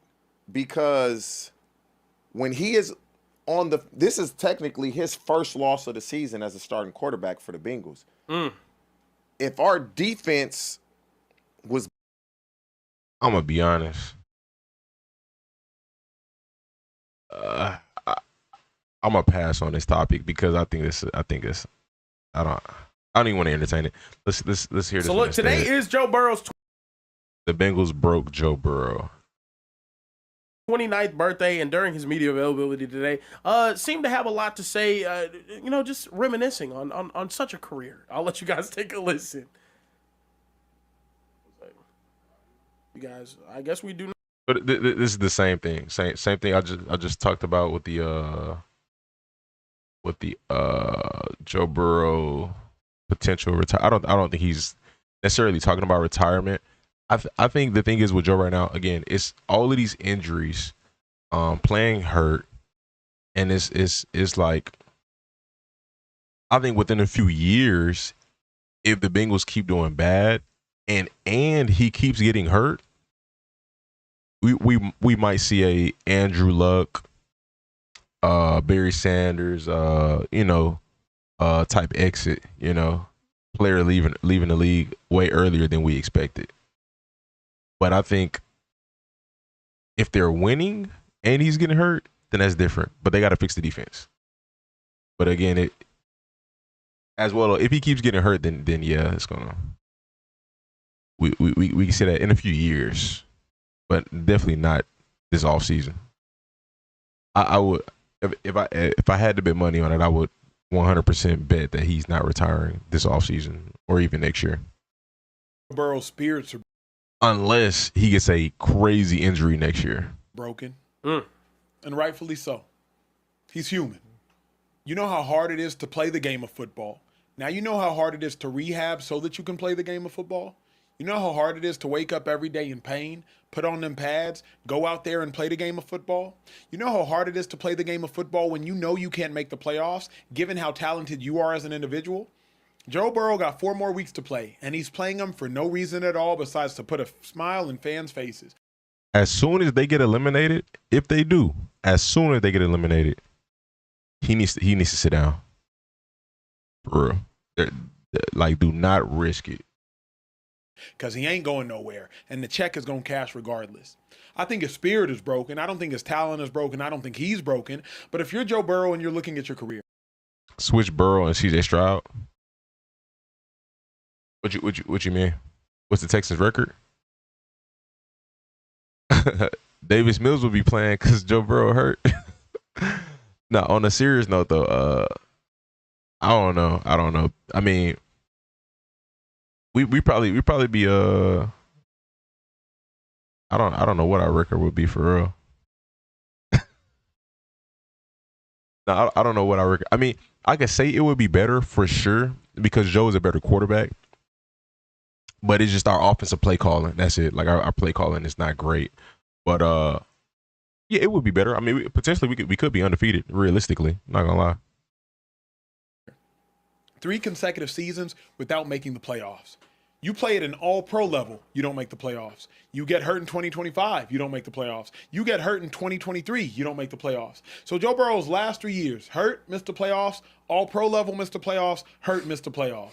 And he got to go to work again next year, hoping for the best.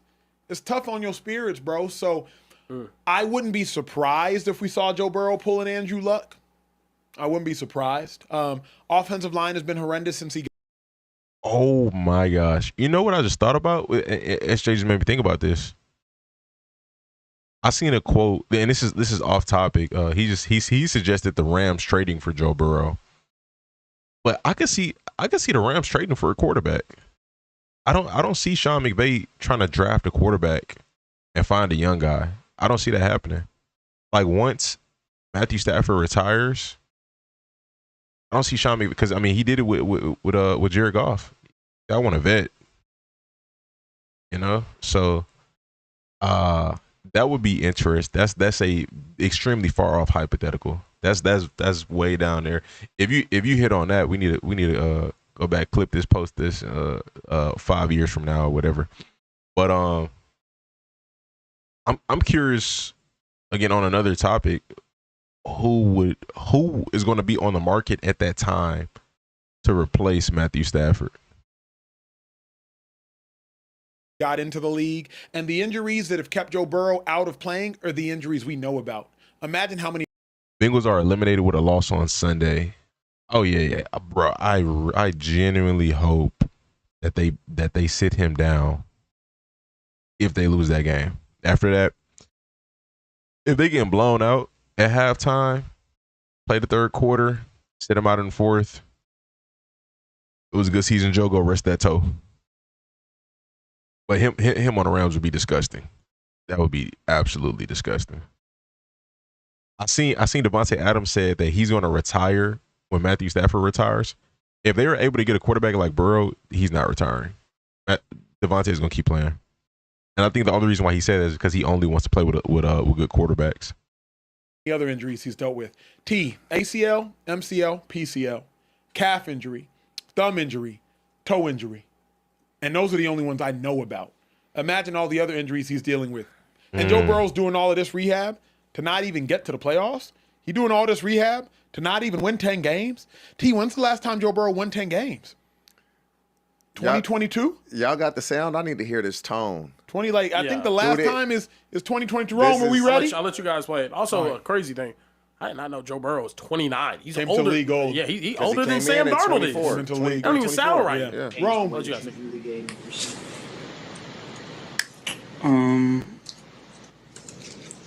No, it certainly doesn't change my desire to win.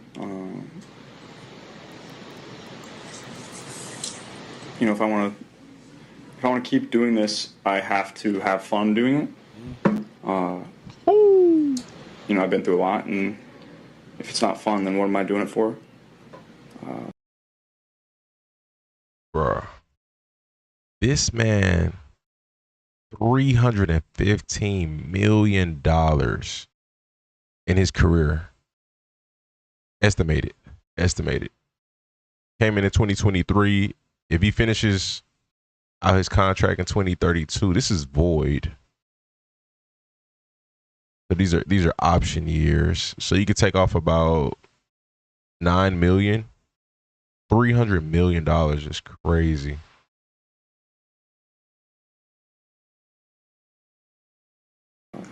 So that's. Yeah, I think he's in that mindset, bro. It's like, bro, I'm not gonna be out here risking my body, which is respectable. You already got paid. You know what I mean? You got your money. But I'm not gonna be out here risking my body for an incompetent franchise. If y'all are gonna be incompetent, if the play calling is gonna be bad, which I wouldn't be surprised about because the play calling wasn't great when what's Buddy name? The third string quarterback before Joe Flacco, Jake Browning. Play calling wasn't great when Browning was in there. Play calling got better when Joe was in there, but at the same time, it wasn't great when Flacco was in there either. I think Flacco just was more of a veteran than Browning, and he was making better plays. So I wouldn't be surprised if Joe Burrow masked a lot. Joe Burrow, T. Higgins, Chase Brown, Jamar Chase. I wouldn't be surprised if the talent of this offense masked a lot of deficiencies in the play calling. I would not be surprised at all. And, if you're out there playing for a incompetent OC and you don't really trust your OC, and you don't trust the DC, you don't trust the head coach. I don't really trust really anybody here, but it's just not the easiest situation to play in. This just proves money doesn't buy happiness. That's very factual. Very factual. McVay makes any QB elite. His playmaking is crazy. I ain't gonna say any quarterback elite, but I think he does improve the play of any quarterback that he gets. And he get in trouble for sitting out until they fix that defense. No. Yes, he can. You can get in trouble for sitting out, but I mean, if he has an injury, he's not gonna get in trouble for that. So, but for sitting out for no reason, then it's different. The mindset I'm trying to bring to the table. How much fun are you having right now? Is it difficult to have fun given the season, what you've been through physically, emotionally, all of it? Is it tough? Yeah, certainly. Did you have fun playing? How much of it was fun before? Winning's always fun, but in general, was it as fun before you got hurt? Did you view it that way, at least? No, I wouldn't say I viewed it that way. I think. What was the changing point? So he said it wasn't fun before he got hurt. Before he got hurt, They were 2-0. So to know that you're winning and it wasn't fun then, he's not happy with the coaches or the coaching staff or the play calling. They were 2-0. He said he wasn't having fun then. So that means he felt like they were getting by. They weren't playing up to their full potential. Prize Picks. It's good to be right. To be honest with you, that was a really tough listen. I'll let you go ahead, TJ. I don't see him. Burrow is almost in a Matthew Stafford situation like he was in Detroit. Almost. Like, there's a perspective where it fits. But I would say Burrow's situation is better because they made it to a Super Bowl. I would say that's a lot better. Retiring. Them Hubbard retired because the defense is terrible. I mean, again, you got your bread. You got your money, man. You got some generational wealth. Seem like a smart dude. It's no sense to keep putting your body on the line if you're not playing to win, you know? It's like playing a video game. You wasting all your time playing a video game, but you're not taking care of business in real life. It's like, okay, I need to put the sticks down and I need to go. You know what I mean? So, but that's somebody that is never fun when you lose, man. It's never fun when you know you damn near got to be perfect just to win a game. That's frustration. That's what that is. That's frustration. And he's expressing that verbally for everybody. Normally, a lot of guys, they keep that to themselves. But that's letting the front office know, like, we got to do better. And I get tired of people. We talked about this, I believe it was yesterday. Oh, he wanted to pay T. Higgins and Jamar Chase. Again, y'all, if y'all really knew sports and you looked at these teams, you can really pay a lot of guys. Just go look at the teams that are successful. They pay a lot of guys. We got 3 guys on the team making money. Joe, T, and Jamar. The Eagles got about 10, 11, 12. Detroit Lions got about 12, 13. The Chiefs also. You can do it if you want to do it. The Bengals got to be careful because it's only so much a guy can take. Yeah. Before he says, I want out. He can pull this Carson Palmer. Is this frustration or is this emotional and physical exhaustion? This to me sounds like exhaustion. I think Joe Burrow is looking at his career. I think he's looking at his life, and he's saying, I made $200+ million. I get hurt 50% of the time I step on the football field. I get hurt. We haven't won in years. I don't even know if Joe Burrow still has a winning record. He might be below 500. Go ahead. Wow. When he got hurt earlier in the year, the injuries, frustration, okay, and it's weighing on him. Mm-hmm. If the Bengals had gone 500 while he was out and they were still in playoff contention, would we get the same Joe Burrow right there? Of course not. Exactly. Of course not. So to me, it's the mental anguish of the same old shit again. Yeah. Because if they were winning or if they just had an opportunity to get into the playoffs, I don't believe we get this press conference. Agreed. But T, if you're Joe Burrow, there's no light at the end of the tunnel for him. 3 straight years, T, without the playoffs. Bro, that's an eternity. In the NFL, that's an eternity. The average NFL career is 3 years. He's now gone an average NFL career without even making the playoffs. And the worst part about it, T, only thing worse than not making the playoffs is having success early and then not making the playoffs. You know what's worse with this year? The division is so winnable. Mm-hmm. The division is so winnable. This could have been his breakout season. The division is so winnable with the way the Steelers and the Ravens are like. Are you kidding me that we could win? Like, we get hurt. You're going to get hurt. You deal with the injury. You deal with the rehab. Everybody that's played football has gotten hurt, and you deal with it. But when you're losing, it bothers you. It bothers you because you know there's more that can be done to prevent us from losing. Like, people, the mental health and this and that, that's frustrating that, okay, ACL, the calf was minor. The calf was minor, but the ACL, the wrist, and now the foot. But y'all cannot tell me if the Bengals were a game over 500 or 500, we get that same press conference. Well, because no way. The fun is in winning. I'll never forget. I'm not gonna lie. Even if the Bengals were over 500, I think he would still feel the same way because I'm pretty sure they would get to that 500 by getting by, potentially. But there's some things that he's seeing, even when he was there before he got injured, that would have kept going on while he would have potentially been injured, and it would have been 500. That he just don't like. That's going on with the front office play calling, whether that be defensively or offensively or both. And there's enough things that he's seeing that he don't like. You know, him putting that out there, I think it does put pressure on them to address these things aggressively this offseason. I got Will Muschamp, my coach. He told me, Acho, the fun is in winning. I didn't know what he meant at the time because we always won in my first couple years. Then about my third year, when we went 5-7, I was like, oh, this sucks. Like, this is terrible. Then I get drafted to the Cleveland Browns. We go 5-12 or 4-13 my first year, T. It's cold every day. We're out of the playoffs by like week 10 or week 11. We know we don't have a shot. I'm hurt with the torn MCL. And I'm like, this football thing is miserable. I hate this. Hate it. You know what else, too?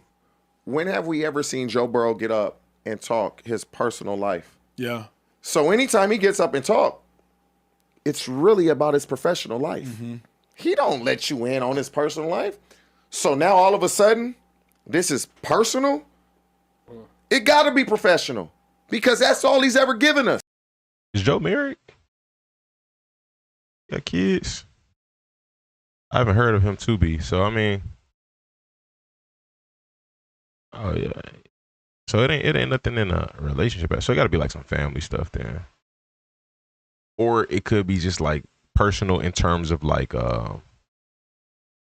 his health. It could be that, you know. It could be, hey Joe, if you keep playing on this or you keep doing this, you're risking this. And you got to deal with that mentally. If you keep doing this, you're risking this. And you're dealing with these type of things outside of football. But at least he ain't having no relationship problems. Because I think that'd be way more stressful for him. Is a professional take about the team and himself. So he good. And he ain't got no kids. But I'll go. So I haven't said this yet. Let me go here. He definitely good in that aspect. We haven't. Not even have we ever. We haven't. Correct me if I'm wrong in the chat. Seen a quarterback as talented as Joe Burrow in his prime miss the playoffs 3 consecutive years.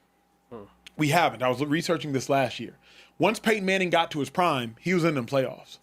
Once Brady, once Rodgers got to their primes, once Breeze got to their primes, they was in them playoffs. Hell, I don't know if Dak Prescott's missed the playoffs 3 years. Hey, you know what's crazy though? All those players you named, you can name at least 2 studs on defense on every play on each team you just named with those players.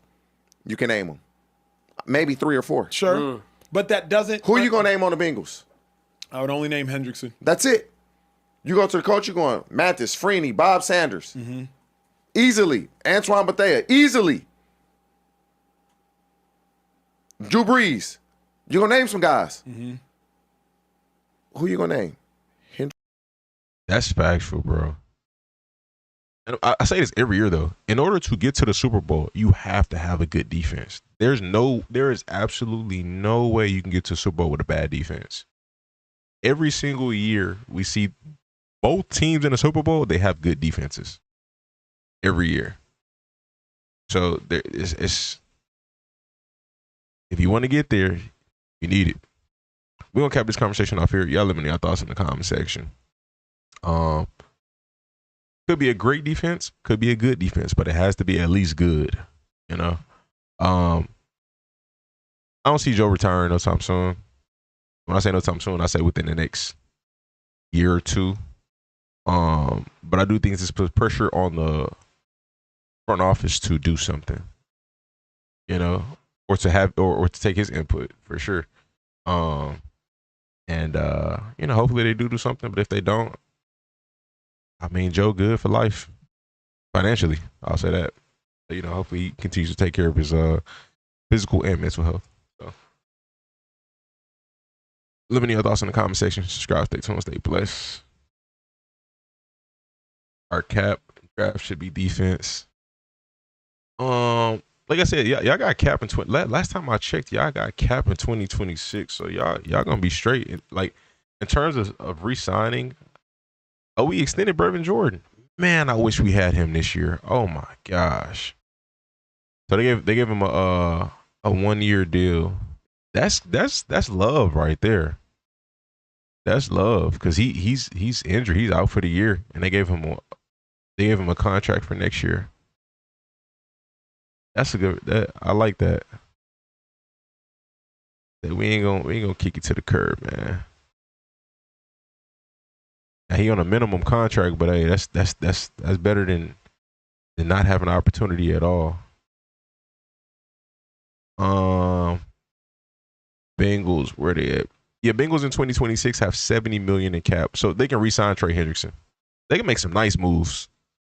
You can make some. You can get 2 to 3 nice defensive players with this right here. If you really do it right, 2 to 3. You get 3, you maxing this out. You get 2, you still got some space left. So one is already Trey Hendrickson. The other 2, they're gonna have to figure that out. What's free agency looking like? Free agency tracker in 2026. If we look on the defensive side, Khalil Mack gonna be out there. Joey Bosa gonna be. I see Khalil going back to the Chargers though. If not retiring, he 35. Joey Bosa gonna be out there. I see him going back to the Bills. Not gonna lie. Clowney, I see Clowney re-signing with the Cowboys. Odafe away. He's solid. They could pay him, but I see the Chargers re-signing him if they got the cap. Ain't a bunch of elite edges out there next year. Linebackers. Ain't a bunch of Demario Davis. I'd pay him some bread. I'm not gonna lie. Even though he's 37, I give him a cool 10 mil. Because he a vet, number 1. And number 2, he's still good. I'd throw him some bread. Bring him in there on a short deal. Kind of change the culture. Try to help, like, you know, for locker room presence. Low-key, they need to do that. They need to bring in a bunch of like good veterans, and then draft. I mean, obviously draft young, and sign some good veterans, in free agency. Niners need some of them.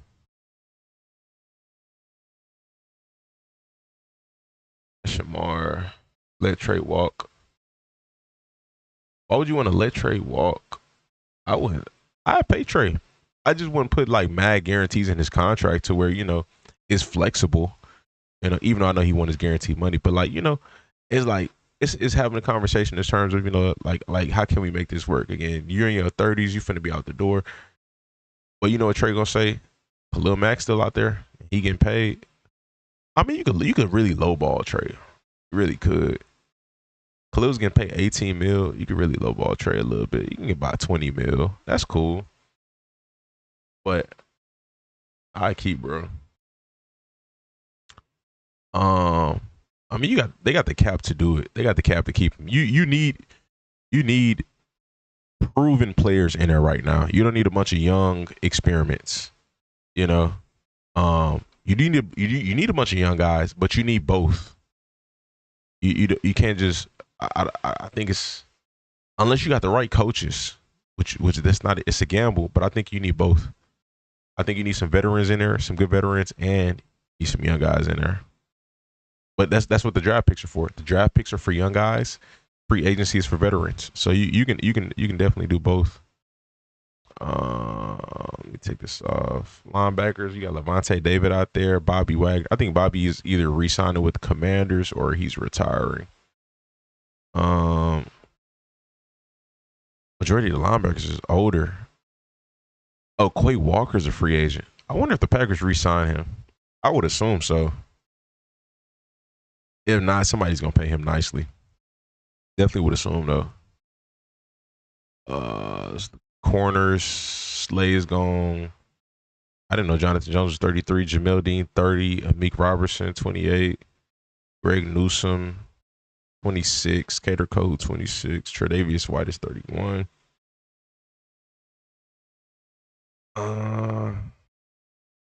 Ain't a lot out there on the corner market. It's not gonna be a stacked free agency this offseason. It's not gonna be one of them crazy off seasons for sure. This is very much gonna be more of a, in terms of trades maybe, but defensive signings, there's not a lot of heat defensively this offseason. But they're gonna have to, in general, they're gonna have to sign a bunch of cheap contracts, which is fair. I mean, they got Geno Stone on a $4 million deal. That's a good contract for Geno Stone. And they got $70 million next year. Bro, you can add a whole bunch of decent veterans, and that's what I would do. And then it don't matter what we sign, I'm drafting, because it's nothing proven. Drafting everything. Geno ain't good on Cincy. That's not the point I'm making. The point is they got him for $4 million. That's not bad. Our best defensive rookie is Demetrius Knight. Shamar trash. Ain't really seen Shamar play much yet. Shedeur need to go to the Colts. Low key while everyone get hurt. Nah, they're not gonna trade Shedeur. Whether it's Stefanski's idea to start him or whether it's what's his name? The owner's idea to start him. I think the owner and the GM are looking at the financial gain from starting Shedeur Sanders. I think it just makes sense for them financially. It's because it's a business first. If we're winning financially from starting Shedeur, whether we like him or not, we gonna roll with that. We gonna ride this wave until we lose it. Kamara literally just gets pressures. Let me see how many pressures he got. I ended up getting PFF. I can see this stuff now.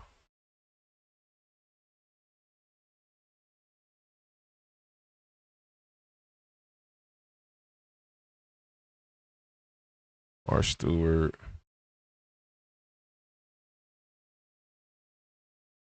He got 8 pressures this season. That's not bad. I don't believe that's bad. Yeah. Bro, Mykel Williams had 19 pressures this season. That is crazy. The DN for the rookie DN for the Niners. Before he got hurt, he's out. He's done for the season, but 19 pressures is crazy.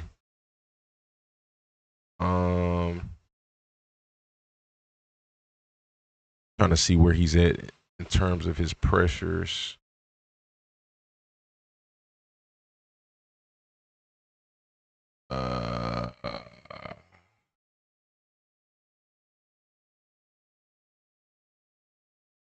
Snap spot position, defensive grades chart. Like, I'm trying to see where his pressures stack up in against everybody else in the league.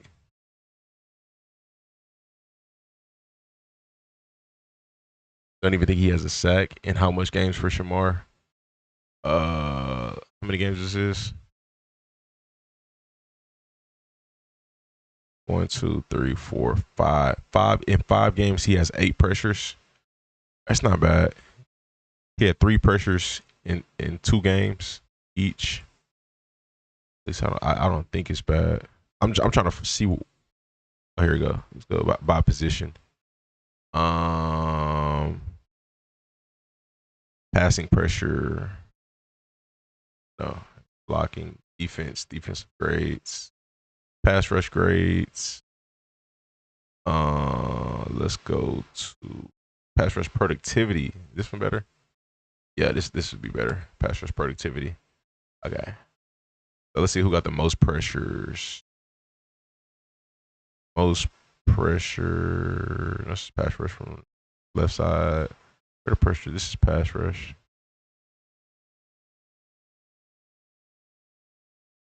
Come on, man.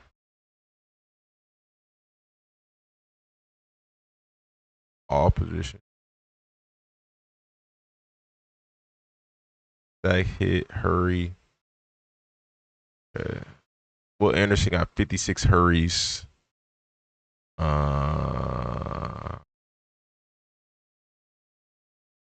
Who can I compare bro to? He got 9. Oh man. That's the same thing as pressure, I'm assuming.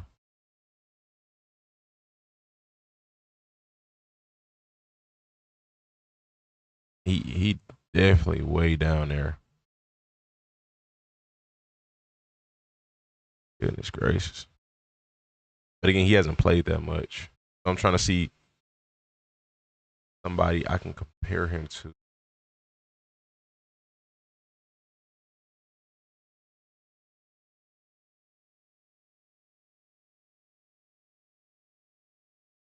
I don't know. It's not really passing pressure.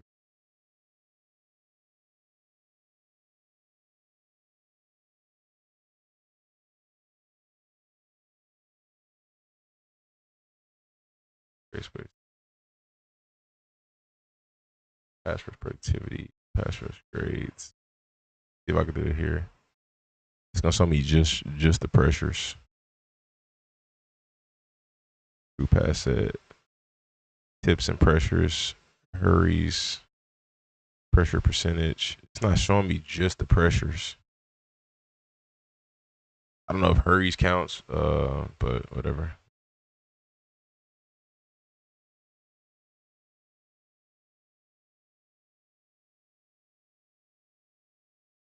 So he's so bad he's not even on the list.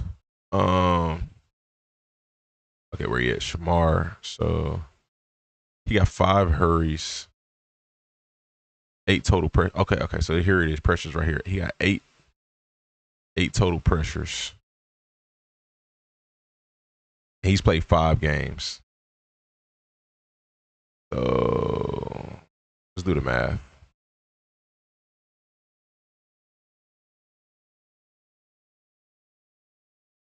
He's averaging 1.6 pressure per game. And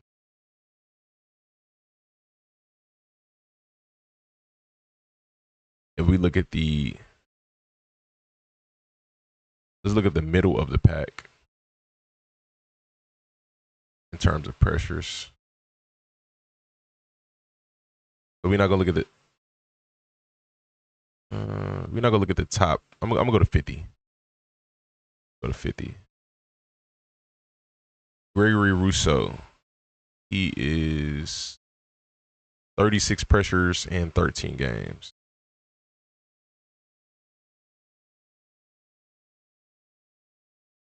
What I said, 1.6. He averaged 2.7. So yeah, he's definitely low in terms of that.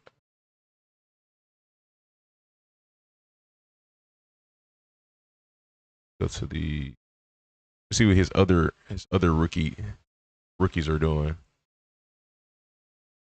Position all pass rush. Atlanta pass rush.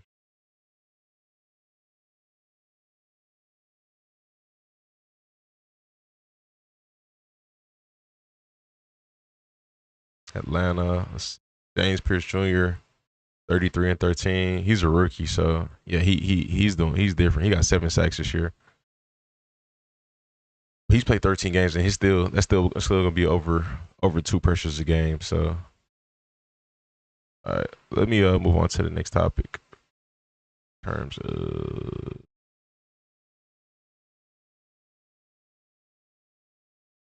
TJ.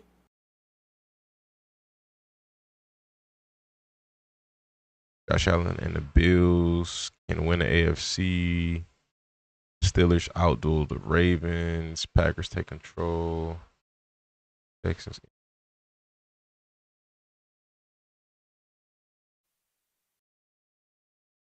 Kevin Durant. Jalen Hurts looks nasty. Chargers stay alive. Phillip Rivers. Let's talk Phillip Rivers.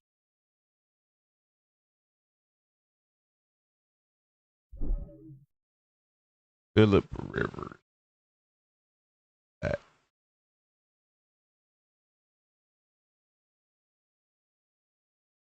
Let's go ahead. All right, let me take a quick leak. Be right back.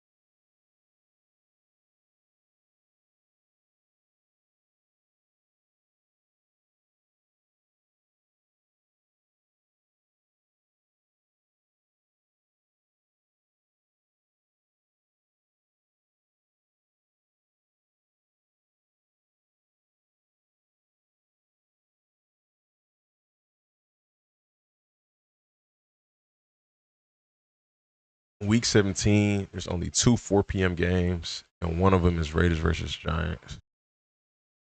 Interesting. What week is that Texans Chargers game? Is that week 17? Is that I think that's that week.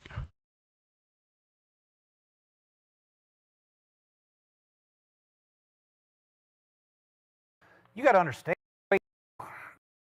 Jay, can you see Phillip Rivers? Years old and has not played. They decided to sign fall all year long, but All right, we got the Eagles. I'm tripping.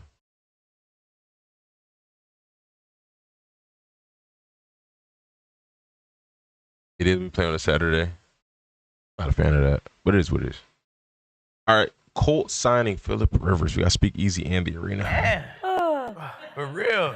All right, guys, we got to move on, but we got to talk about the Colts because the Colts, our boy Cody's been rooting for all year long with Danny Dimes, and they have slowly started to just absolutely fall apart. And they're down 2 quarterbacks right now, so they decided to sign Phillip Rivers to help their practice squad. I'm really confused on this. This man is 44 years old and has not played an NFL snap since 2020. 5 years, and now he is a grandfather. So, Jay, can you see Phillip Rivers playing for the Colts? Hell no. Not a chance. You know, I love him. I mean, great court, Hall of Fame. I mean, just wait and go in Hall of Fame in a couple years, right? I mean, 44 years old now. Phillip Rivers a Hall of Famer?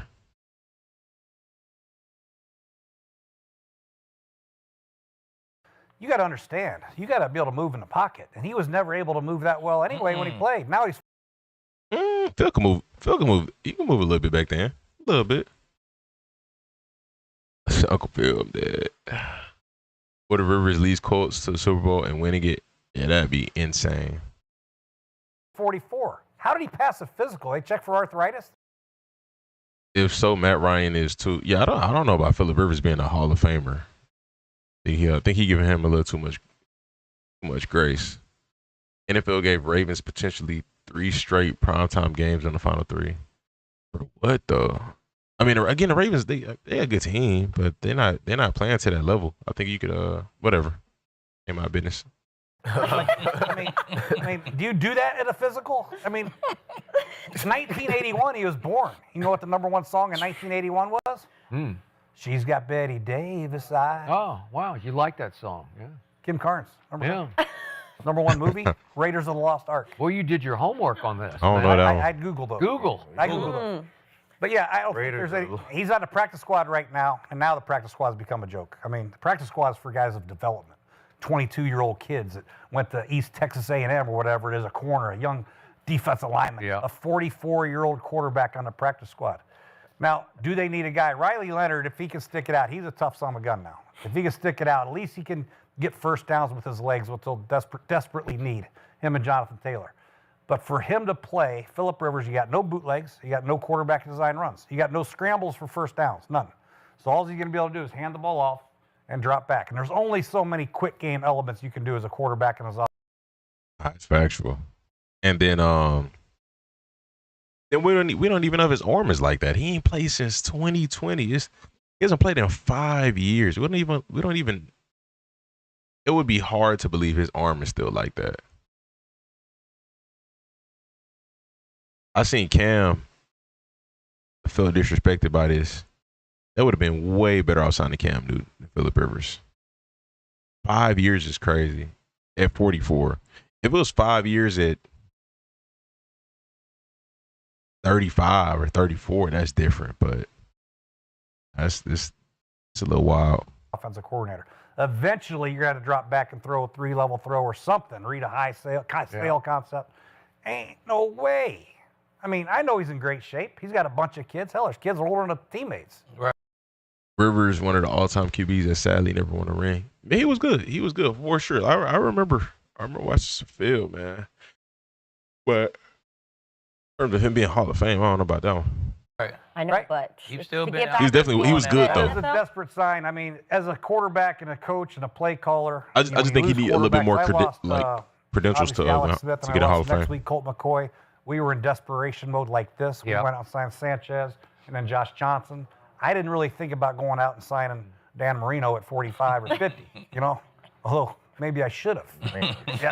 But remember Dan Marino, his last year now, he was only 37. He couldn't move. He threw 17 picks and 12 Winston out a touchdowns, free agent. It was his worst statistical year of all time. And that's kind of how you have to compare them because neither one of them can move.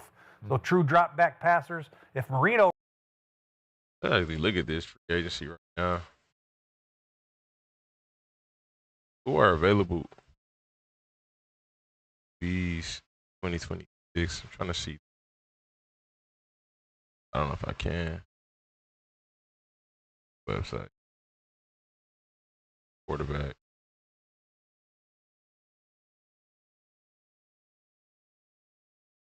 Yeah, it's not showing me nobody who's a free agent right now. Free agent. Yeah. There you go.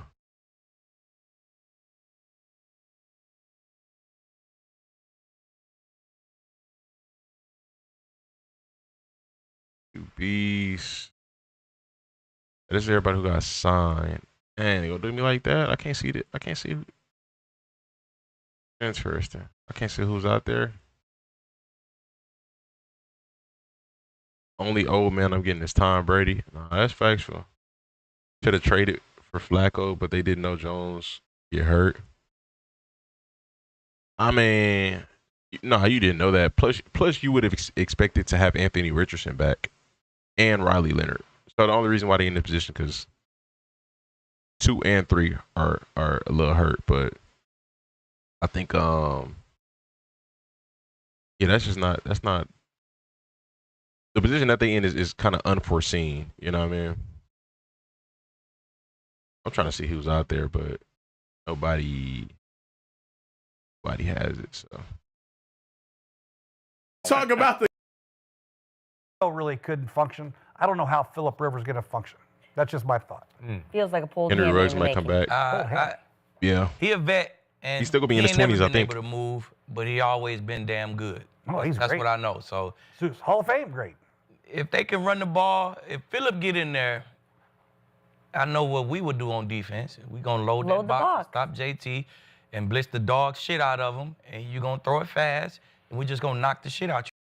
That's it, right? I mean, I think it's almost like having a game plan of a rookie. I understand that Phil has a good IQ and he understands football. He played football for a long time, Well, he hasn't played football in a long time.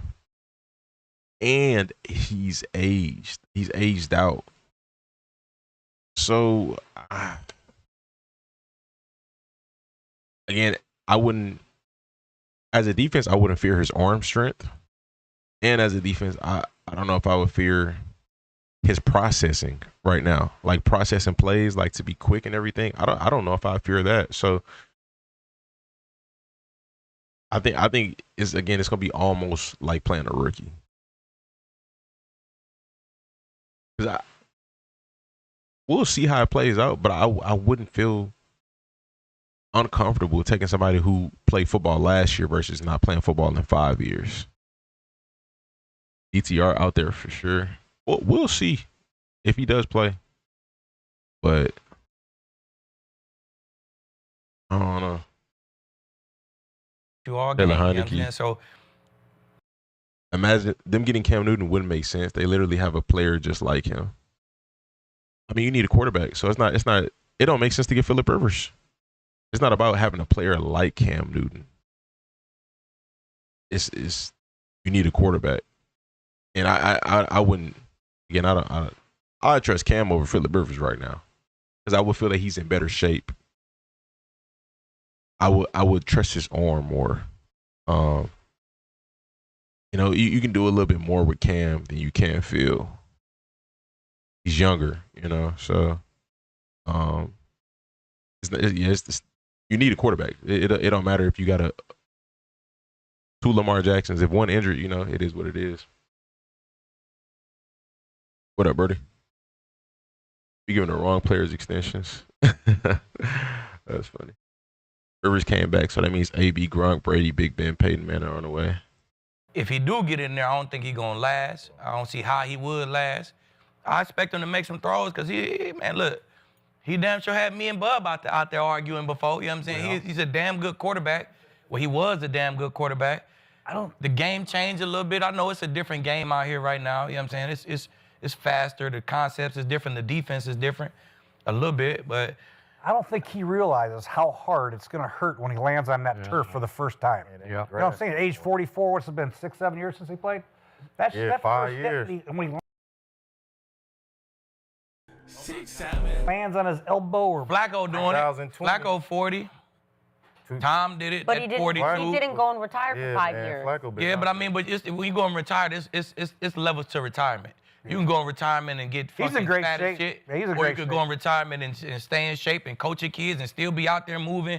And Wait, Lieb, you retired in 2020, right? I play a speed position. Like, my hamstrings just ain't gonna hold up. You think, now you're gonna just hop off this couch? But I can't. I play a speed position. He don't play a speed position. He play a neck up position. That is correct. I mean, he still got his brain is solid. You know what I'm saying? Obviously he. Now I would say torso up because again you still need the throw power. You know what I mean? Like if you ain't got it, then if you can't really fit the ball in the tight windows or stretch the field, the offense is limited at that point. So it's not necessarily neck up because you can see everything, but if there are still limitations with your body and how quick and how fast it moves, again, he's older, he may not be in shape. No, that's that limits a lot as well. Feels like he can do it. So if he feels that way, he knows what it takes. Frank from the to be Lions thought he successful. could do it too, and then he pulls his hamstring, trying to get right back to it. He ain't even get to put the uniform on. You feel Well, me? after 6 months off. But that's what the practice squad is for. They gonna put him out there, let him. What I said? What I said? Spin in practice and see if he Phillip. If he ain't Phillip, they probably cut his ass. But if he's spinning in practice, they're gonna say, oh yeah, we can use this in the game. So I'm optimistic.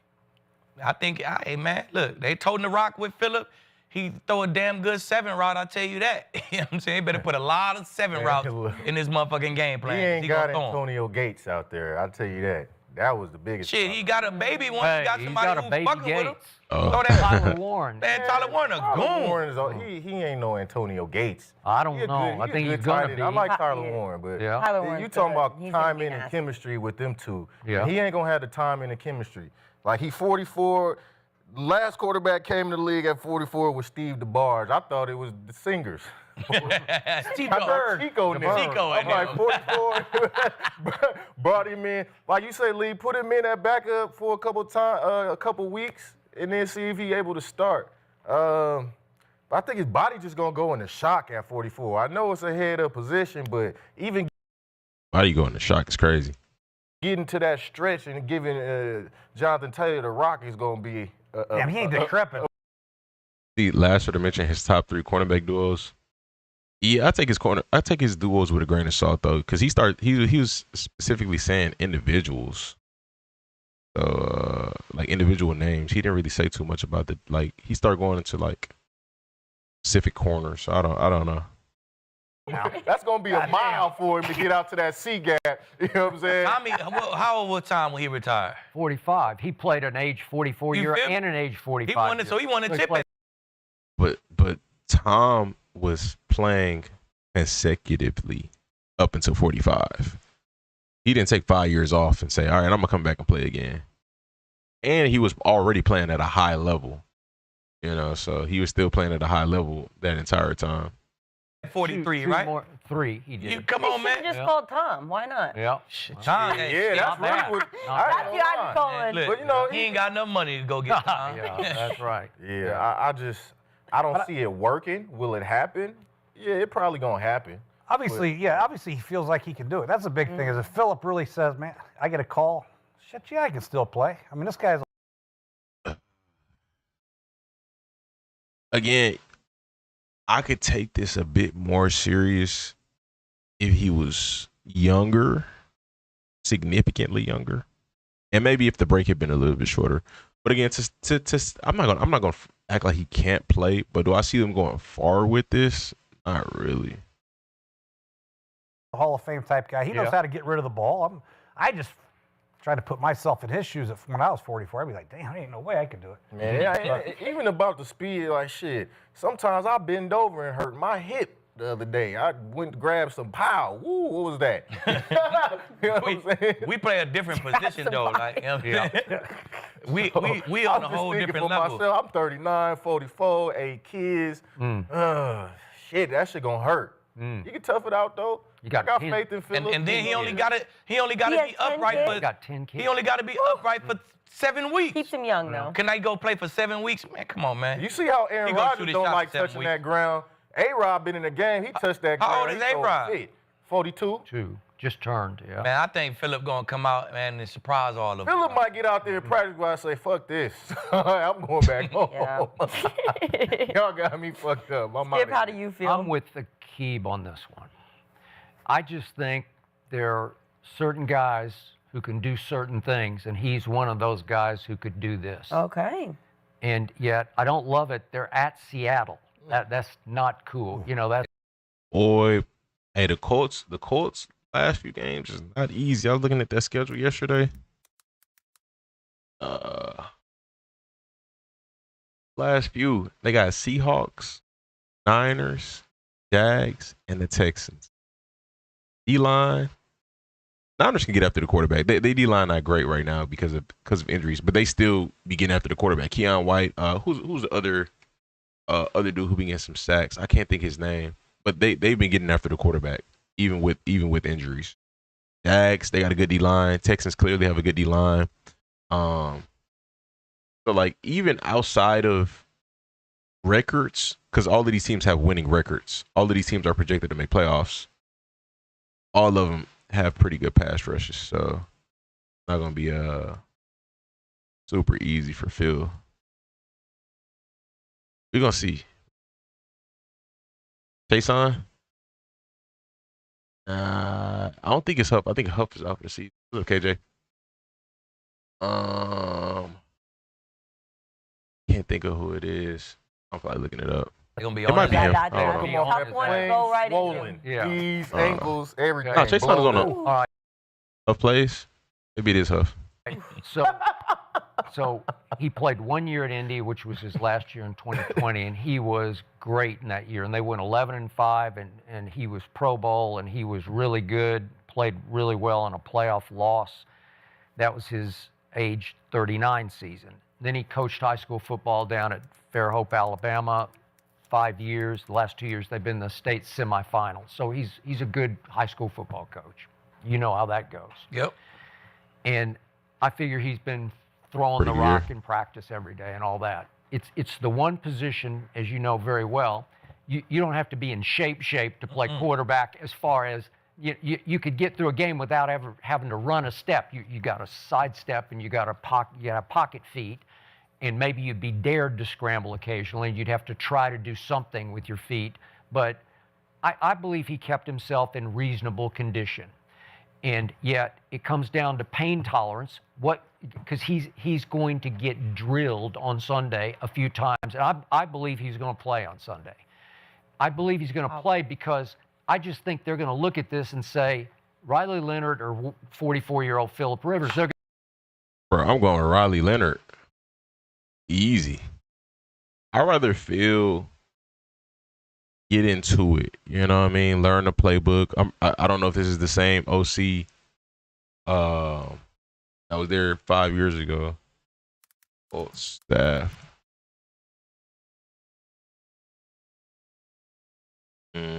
Offensive coordinator. And Bob Cooter. No, he's been here since 2023. So he gotta come in, learn the playbook. You gotta make sure he's in shape to take hits. I'm not starting him off the rip to come out there and just play. I'm going with Riley. If Riley can play, Riley, you're playing. If it come down to it, you start throwing a bunch of picks, then all right, cool. We're gonna throw Rivers in there. They're gonna say, hey. Leonard got a bad knee too, so I don't even know if he's in. I don't know if he's. It sounds not good because they said it's a strained knee. It sounds like it's going to be 2-3 week kind of a thing. So it's either Brett Ripien you got or Brett Rippin on the practice squad. If you're going to start Brett Ripken, you might as well start Phillip. Just start Phillip Rivers. That's crazy. I don't know about that. Remaining schedule.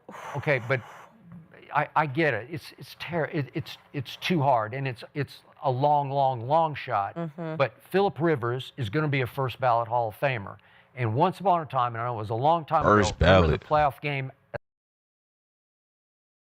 You gotta be retired for 5 years. This would be the 5th year. So they're saying Phillip Rivers is gonna get in next year. These are some interesting claims. Y'all let me know in the comment section as to why y'all think Rivers is a first ballot Hall of Famer. I don't know about that. Ironically, at Indy, when he's playing for the Chargers, he tore his ACL early in the game and played the whole game on a torn ACL, and then went to New England and played the AFC Championship game on a torn ACL. They started Flacco, but Flacco didn't take a 5-year break. He didn't retire for 5 years. That makes way more sense if the quarterback has been playing. I'm not trusting a guy who's been retired for that long and he's in his 40s. How old is Flacco? Flacco is 40. He just entered 40s. Yeah, played well in both games. They lost to Brady up at New England when LaDainian, I don't know, something happened to his knee and he wouldn't play the rest of the game. But the point was, this is a tough guy. This is a genuine, proven tough guy. No doubt. So does he have high pain threshold? Yeah, he does. Is he a little crazy, goofy, trash talky? You know, have you ever dealt with him? Oh, very competitive. Yeah, bro. very He's competitive. We're going to let you hear it every time. Yeah, so he just loves to compete. So if he goes out there and plays one play, he sets his Hall of Fame clock back 5 years. So it has to start, like he's about to be eligible for, he's a semifinalist for this next summer. And if he goes and plays one play, it sets him back 5, the clock starts all over again for 5 more years. Does he care about that? I don't think he cares. Yep. He knows in his mind. You know he's going. He's a competitor. Yeah, he's You know he's gonna going be- eventually. Yeah, okay, so. Yeah, he's a semifinalist. Okay, we're gonna move on to Speak Easy. Hear their perspective. The Colts news today with Daniel Jones out for the rest of the year with an Achilles injury and Riley Leonard week to week with a strain. Did I say the Eagles considering drafting another quarterback? I mean, I don't know if that's real, but hey, no, I I don't think it's a big deal to have a good backup. Y'all got a good backup already. Knee ligament. The Colts are working out quarterback Phillip Rivers on Tuesday, as NFL Network reported. It's Rivers' birthday today. He turned 44 years old and last played in the NFL in 2020. This man has a son that's a 5-star quarterback about to go to college next season. Wow. Guys, Phillip Rivers, 44 years old, trying out for the Colts. Do you guys love it or do you guys hate it? I got some important information for y'all. The Eagles got Tanner McKee. He was doing his thing in the preseason. That boy was looking good. I wouldn't be worried about drafting another quarterback. It's good to be right. I hate it. Phillip, hang it up. Go be a dad exclusively.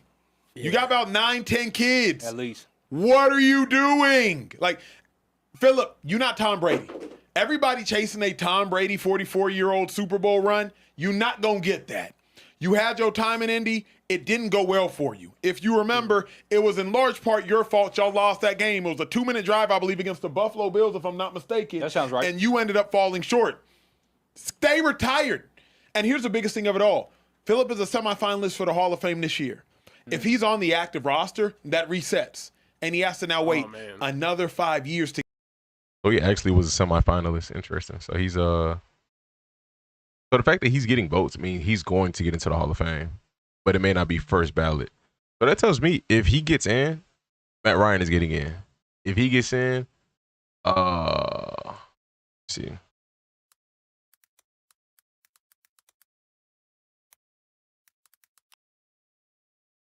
So passing stats. If he gets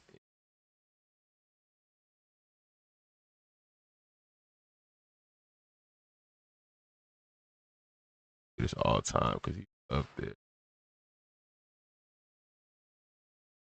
Where's Rivers? I think Rivers is. Put the Rivers up. He's number 7. If he gets in, so Big Ben is getting in for sure. Big Ben is getting in for sure. Stafford. That means Stafford is already a Hall of Famer. If Phillip Rivers is getting Hall of Fame votes already, Matthew Stafford is a automatic first ballot Hall of Famer. Matt Ryan is a Hall of Famer. That's interesting. Eli Manning might get in one day. That's what that tells me. Eli Manning may be a third ballot Hall of Famer. I don't know about Ryan. I mean, Ryan got an MVP. Phillip Rivers don't. So if Phillip Rivers is getting Hall of Fame votes already, and Matt Ryan is not eligible yet, so he can't even get Hall of Fame votes yet. Matt Ryan got 3 more years before he can get Hall of Fame votes. So if Phillip Rivers is getting Hall of Fame votes, then Matt Ryan is going to the Hall of Fame. Probably as a second ballot. Because if Rivers is a semifinalist, then he's probably going to be a second ballot Hall of Famer, potentially. But we'll see. We'll see. We'll have to see. Actually, we're not going to see next year because he's probably going to end up playing.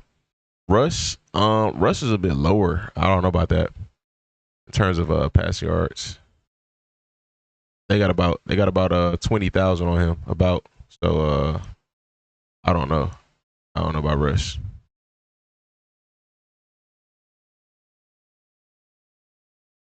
But Matt Ryan for sure.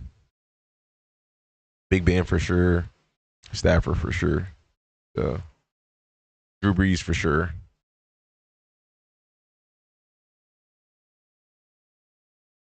If Phillip actually gets in, but we'll see. The Russ not a Hall of Famer.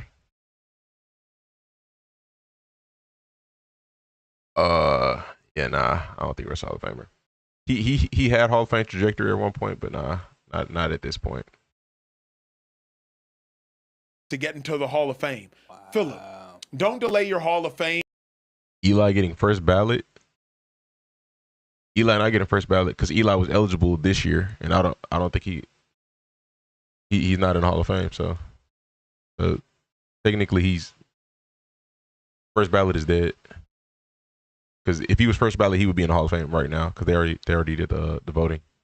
Actually, he retired in 2019, so he should have been a Hall of Famer 5 years. Last year. He should have been Hall of Famer last year. So he's not first or second ballot now. So.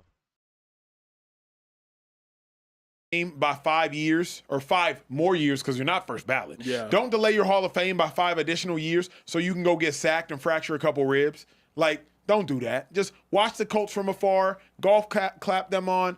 But this would be the dumbest thing Phillip Rivers has ever done. Yeah, we actually got footage of his workout yesterday morning before the game. I'll let you guys take a look at it right here.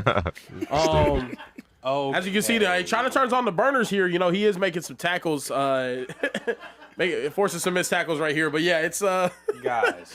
It's looking pretty crazy. Guys, what are we doing, man? We 40 constantly Shady teeter do the not be there line for the of like jokes. That wanting was to funny. stay active in perpetuity and getting canceled immediately.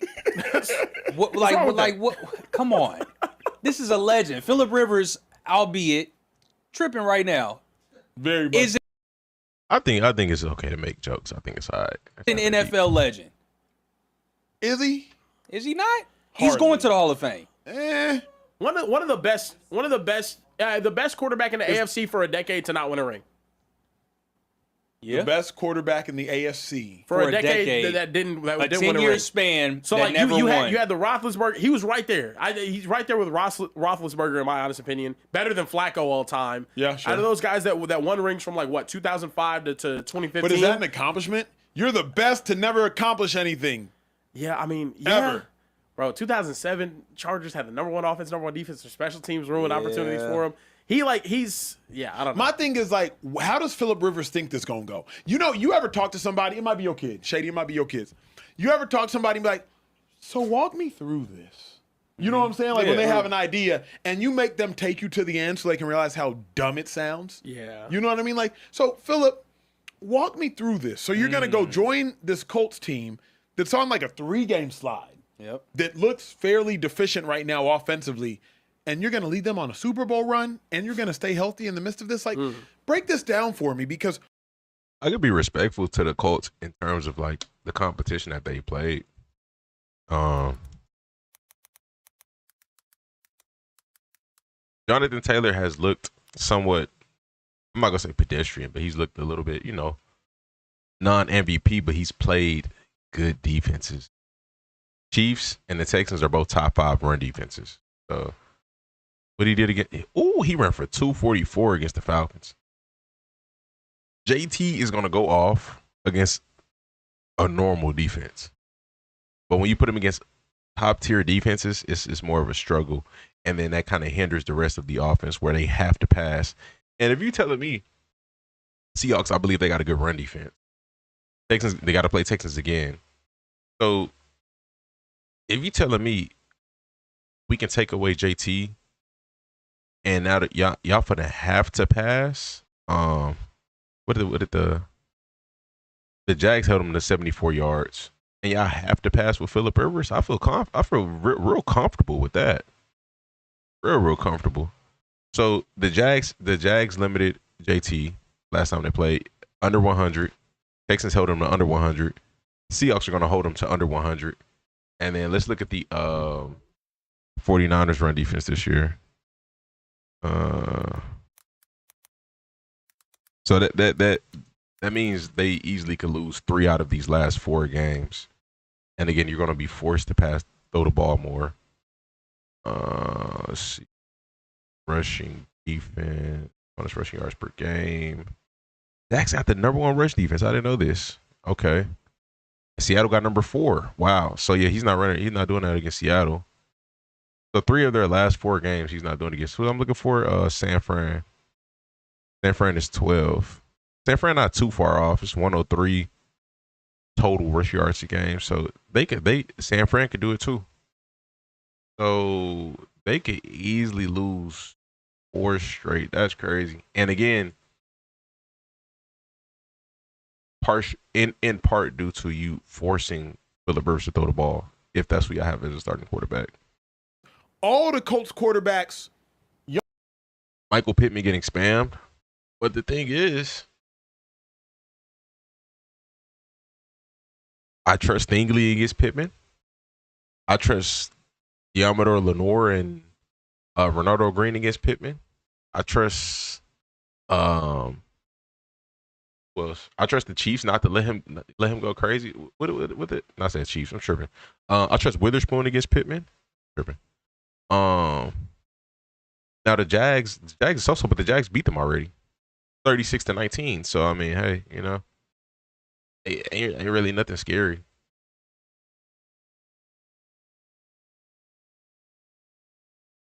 Younger than you have gotten hurt. Daniel Jones fractured his leg before he tore his Achilles. Anthony Richardson broke his eye, orbital bone. Yeah. Riley Leonard's like a 24-year-old, and he just strained like a calf or something. But at 44, Phillip, you think you're going to play 8 more games healthy, assuming y'all make a Super Bowl run? Like, talk me through this, Phillip. See, Acho, that does sound smart. And then you remember the alternative option is going home to his wife and 11 children. 11 for real? 11 kids. That's why I had him as a legend. He has a whole football team at home. I'd rather be with the ones I get paid for. I'm being honest with you, bro. That's 11 kids? Yeah. He's trying to get out. He said, I need a break. Yo. Yeah. I can see it. The house right now. This is what I don't think he should play, though, in all seriousness. Shady, what do you think, man? The Bible says be fruitful and multiply. I respect him for that. I think y'all don't. I told Nick, write this. Y'all not respecting athletes, man. Y'all not respecting superstars, man. Y'all not respecting players. Come on now. How dare y'all say he can't go out there and play? Why not? Daniel Jones did it. If I had to compare him, bro. Him and Daniel Jones, who's better? I don't know. It's a close one. He's 44. Come on. We got to be realistic here. And what's that mean? What does that mean? That means he sucks because he's 44? That means How do I think Rivers going to do against the Seahawks defense? I don't think he'll do nothing against Seahawks defense. I think he's throwing 3 picks against Seattle. If he starts versus the Seahawks, he's throwing 3 interceptions. Right now, I would say that a second-string running back on any team is probably better than you. Shady, would you go play right now? The dude's No, you wouldn't go play right now, Shady. Time out. And you're one of the greatest of all time. If Saquon got hurt and the Philadelphia Eagles were like, yo, we need a running back right now, would you go out there? First of all, That is a great point. Acho hit with that one. That's a great point. JD, you could be nice, but there are plenty of second-string running backs in the league and some third-strings that would be better than a Shady McCoy right now. Same thing stands for Phillip Rivers right now. so I get you guys seem like you guys are not educated on what he's doing. Yeah. So I'll educate you guys. So you know he's coaches. Yeah. Okay. Happy for him. So he's still involved in the game. He's still throwing the ball. He's still coaching. He's still doing all these things. He's still working out. He's still waking up early to work out with the players. Sure. I'm not doing that. When's the last time he got hit? But if I was, I still would do it. We look at a guy like Joe Flacco. He's old as shit too. Mm-hmm. He's playing. Joe has not taken a 5-year break off. That's the difference right there. A 5-year break from an NFL routine, working out with kids, working out with being a coach, not the same thing as being an NFL player for 5 years straight. Again, it's not the same activity, it's not the same routine, it's not the same mentality. It's not the same at all. And then being 44 and being 40, a 40-year-old without a 5-year break versus a 44-year-old with a 5-year break, totally different. But he stayed in playing shape. I'm going to say it again. He's still active. He's not getting hit. He's still active, He's bro. not getting hit. And my thing is, if he came back and he all it takes is one good deep ball to Alec Pierce on Stingley. We don't even know if he can sling it. Like, I don't know if he got the throw power. I would assume that he doesn't have that same throw power. It's been too long. I mean, that just it goes away. You know, this is the reality of it. You don't carry that stuff until you know, in your 40s, 50s. plays well, you know what y'all going to do? You're going to jump on the bandwagon. No, I will not. The offense, Phillip Rivers bandwagon? Phillip whack? The last time we saw him. For a decent Phillip game, not whack. but other than that, no. What I'm going to say is, if you watch the Colts, really great defense, got a smart offensive coordinator, head coach, they run the ball extremely well, his job would be a lot easier. Easier. They can't even run the ball that well right now because the offensive passing game ain't a threat. Jonathan Taylor, go ahead. Let me run y'all the stats the last time Phillip Rivers put his jersey on. He played 16 games for the Indianapolis Colts. He threw 24 touchdowns with 11 interceptions, and they went 11-5. That seems good enough to sustain. Don't tell these guys a nothing, potential MVP in Right. Jonathan Taylor. That was 5 years ago. That was 5 years ago. Time out. That's 5 years ago. And in their last 4 games, they have to play 3 top 5 run defenses. And whenever they can't run the ball with Jonathan Taylor, they lose. It's proven. So you're not beating none of these teams deep with Phillip Rivers at 44. The quick game, can he process all of these teams? Not only that, they got good pass rush. So he's not running out the pocket. So you got no run game. You got no mobile quarterback. You know what you gonna do?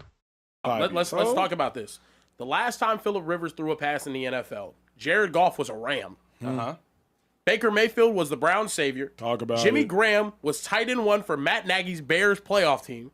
Justin Fields was launching a famous touchdown against Clemson in the college football playoff. And Kyle Pitts, the fantasy devil, was set to take over. So what's this mean? It's been a long It's a completely different league than what it was whenever he left. It's easier now.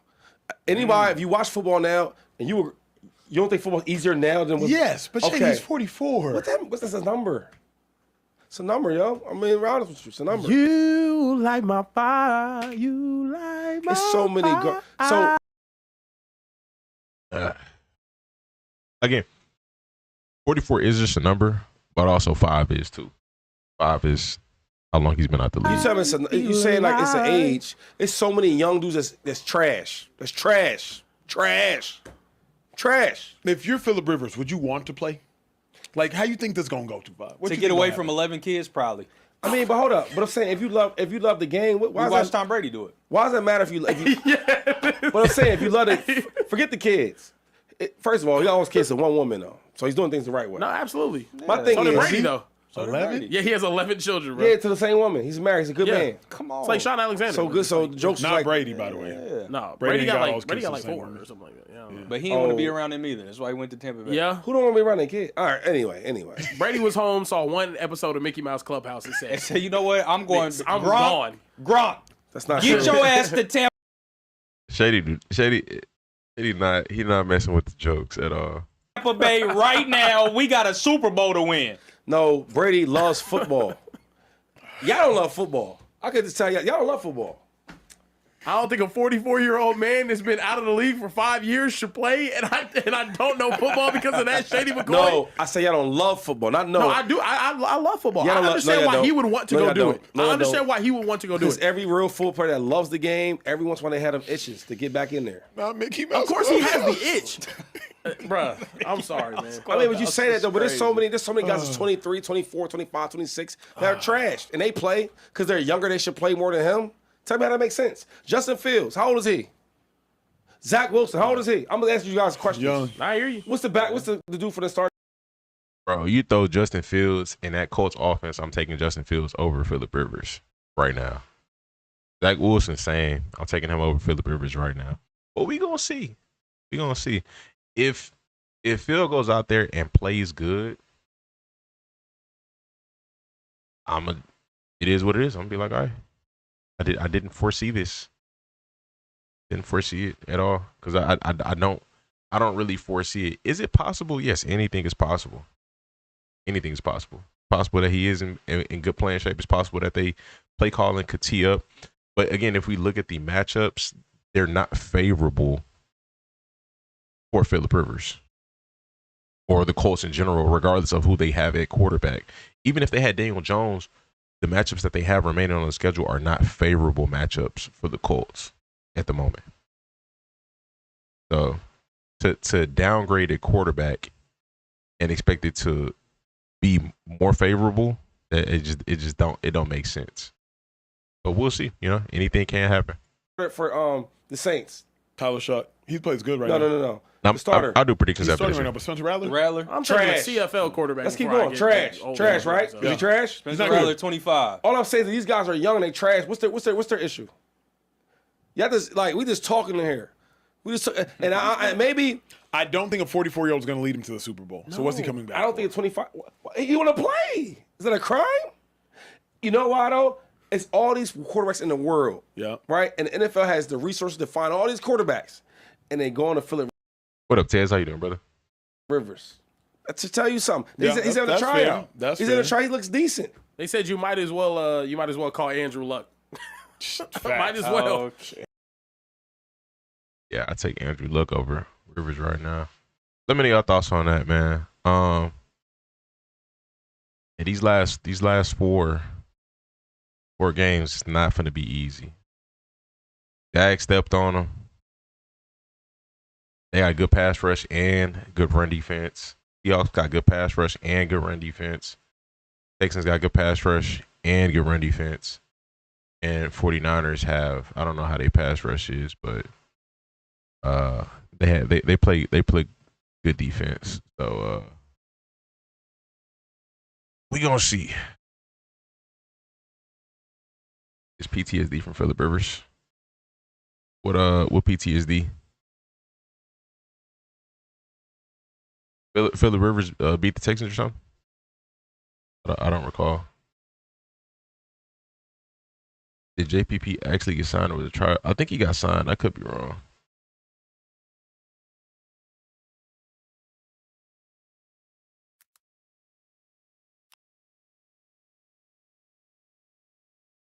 Yeah, they signed him to the practice squad. He's on the squad. He's on the team technically. Let me see. If I want to jump in predictions or I want to do video. Phillip Rivers. Jalen Hurts. Coach Gruden reacts to, what is this? Shador. They talking about Shador. Jerry Jones comments on George Pickens. JD. Arm again. Finally caught a stream. How you doing, big dog? JPP still in the league. He was out for 2 years.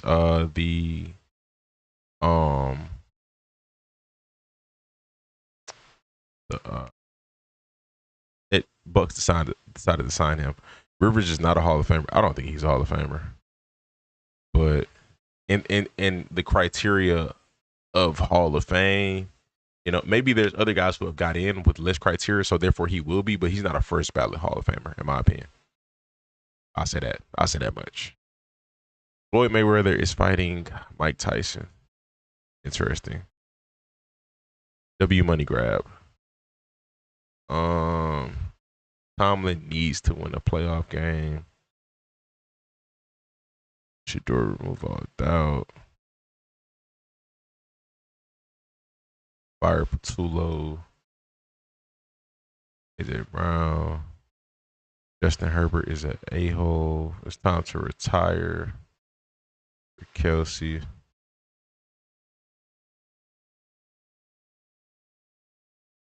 He beat the Texans 2 times in 2020, so he owns us. Interesting. Okay, I hear you.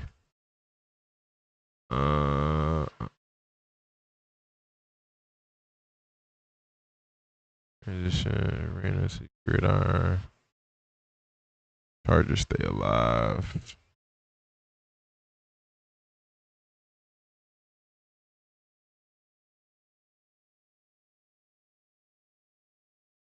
Are they finna go live right now?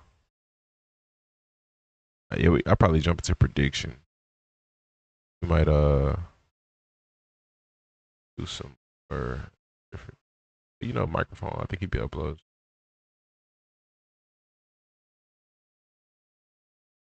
I just speaking on Sharon Moore situation is funny.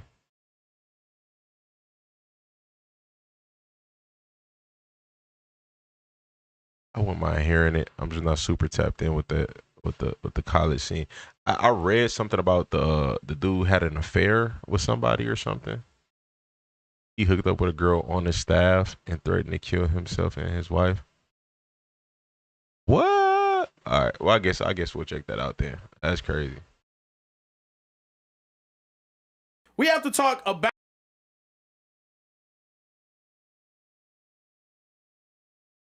All right, let's go ahead and check out this Michigan situation. I'm not familiar at all, so let me get hip. Out what went down today at the University of Michigan. Bombshell dropped from Adam Schefter saying Michigan had fired head coach Sharon Moore per himself, Pete Thamel, and Dan Wetzel. Everyone was wondering, oh, Said Acho, the last person to be speaking on this. That is hilarious. All I know is I read something about him having an affair. I was just told that he had an affair with somebody on the staff. what went on, what happened, and as it turns out, it was because of alleged sexual misconduct with a staffer. This was earlier on in the morning. Things were going crazy. Everyone was like, oh my goodness, Michigan lost their head coach. What's going to happen now? Sexual misconduct. We need more details to come out. And in the midst of all of this, yikes, Sharon Moore ended up saying, ended up getting arrested in Michigan. Sources have provided him with graphic details leading up to the arrest. During an argument with her wife, Moore allegedly threatened to kill himself. He then drove and broke into the home of his assistant, where he held a knife to his own throat and threatened to kill both himself and the staffer. What the? Sharon Moore ended up saying, ended up getting arrested in Michigan. Sources have provided him with graphic details leading up to the arrest. What did TJ just say? Yikes. Sharon Moore ended up saying, ended up getting arrested in Michigan. Sources have provided him with graphic details leading up to the arrest. During an argument with her wife, Moore allegedly threatened to kill himself. He then drove and broke into the home of his assistant, where he held a knife to his own throat and threatened to kill both himself and the staffer. He was then intercepted at a local church after his wife provided the phone's location to the authorities. He is now in protective custody. Tragic chain of events for all those. Bro. And this is a man leading men, young men. That's crazy.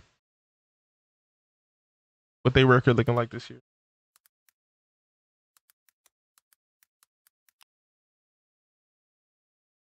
And they went 9-3. Wow. Were they ranked? Or you get 3 losses and you cooked. I know it'd be like that. It's mad competitive.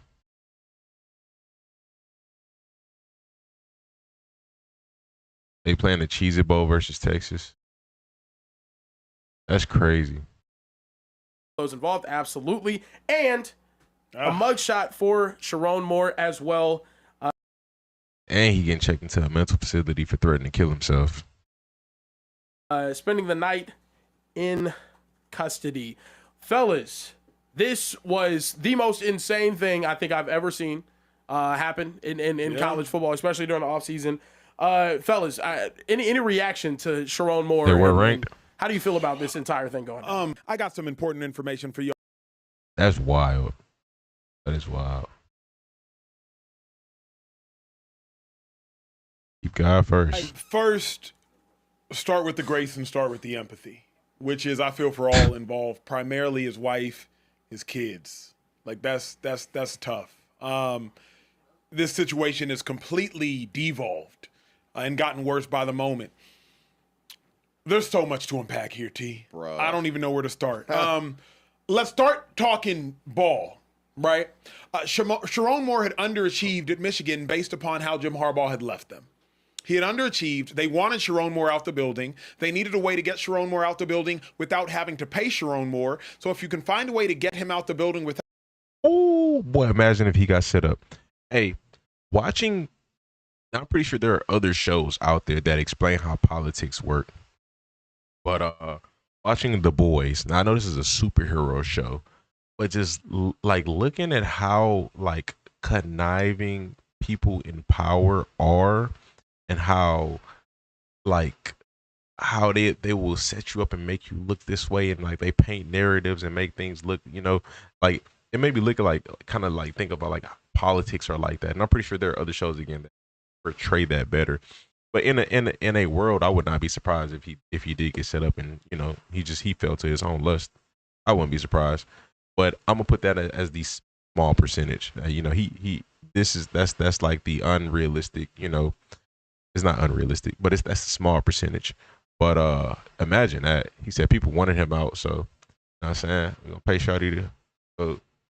Hey, in there with him, give him some, flirt with him. We're gonna get some evidence on him, and we're gonna expose him for being a cheater. He's a married man who's a cheater. Oh, now he gotta get fired. But he went he went off the rails with it. He was already unstable. Without cause, then you can. How do you recover from this? I mean, it's a way to do it. It's a, you gotta definitely do a lot of like PR work and fix your image, and if he got a job at Michigan, he's gonna get a job somewhere else within the next few years. Once he's done serving his time or doing all of this stuff and cleaning all this up, he's gonna get a job at some HBCU or small Division II school, and he's just gonna have to work his way back up. But yeah, it's crazy.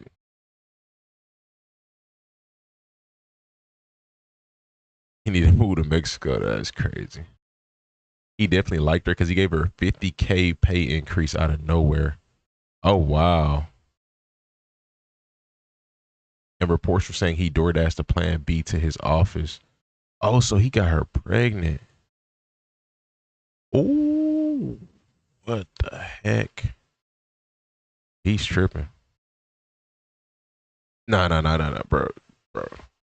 He gonna be straight.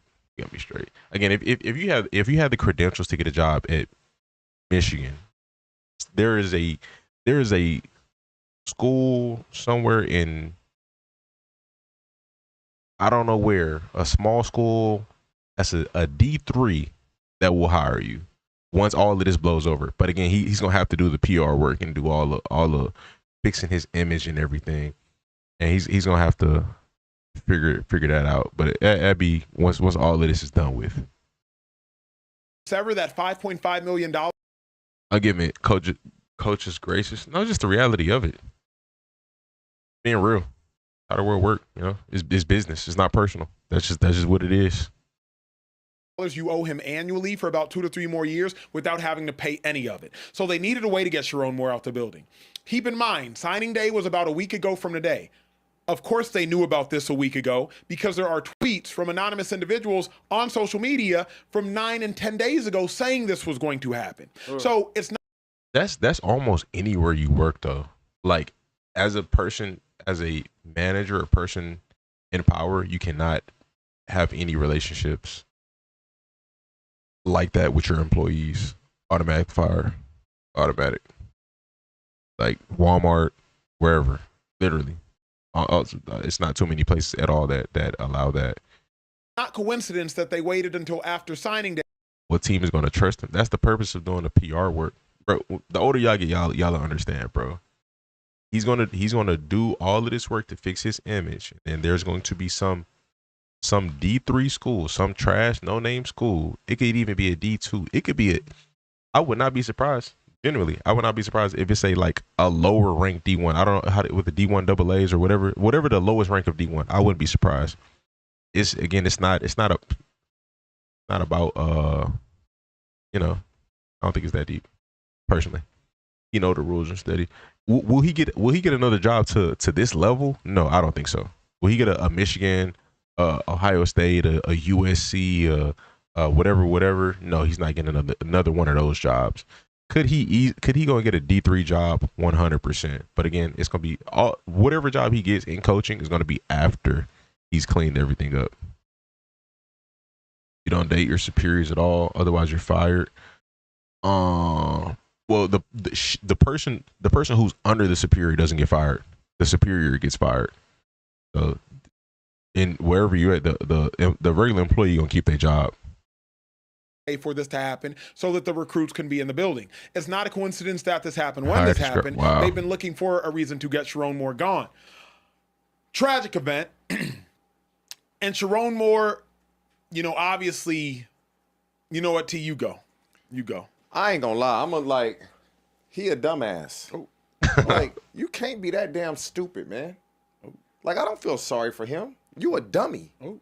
You got a wife and you got kids, and you care about messing with somebody else over your family. How dumb can you be? Yeah. Bro could have went it. If he can afford to pay her $50K a year, he could have. There's 100,000 other routes he could have took than messing with somebody on the staff. He could have did a lot. He's wilding. And then but morally is wrong. Shouldn't be messing with nobody. Morally, of course, but wow. You get caught and you want people to show empathy towards what you got going on. Don't do what you did. Get her pregnant, have an abortion. I'm going to double her salary. Stafford, he had the fair wit as a scout. Dad is a scout for the Bears. Interesting.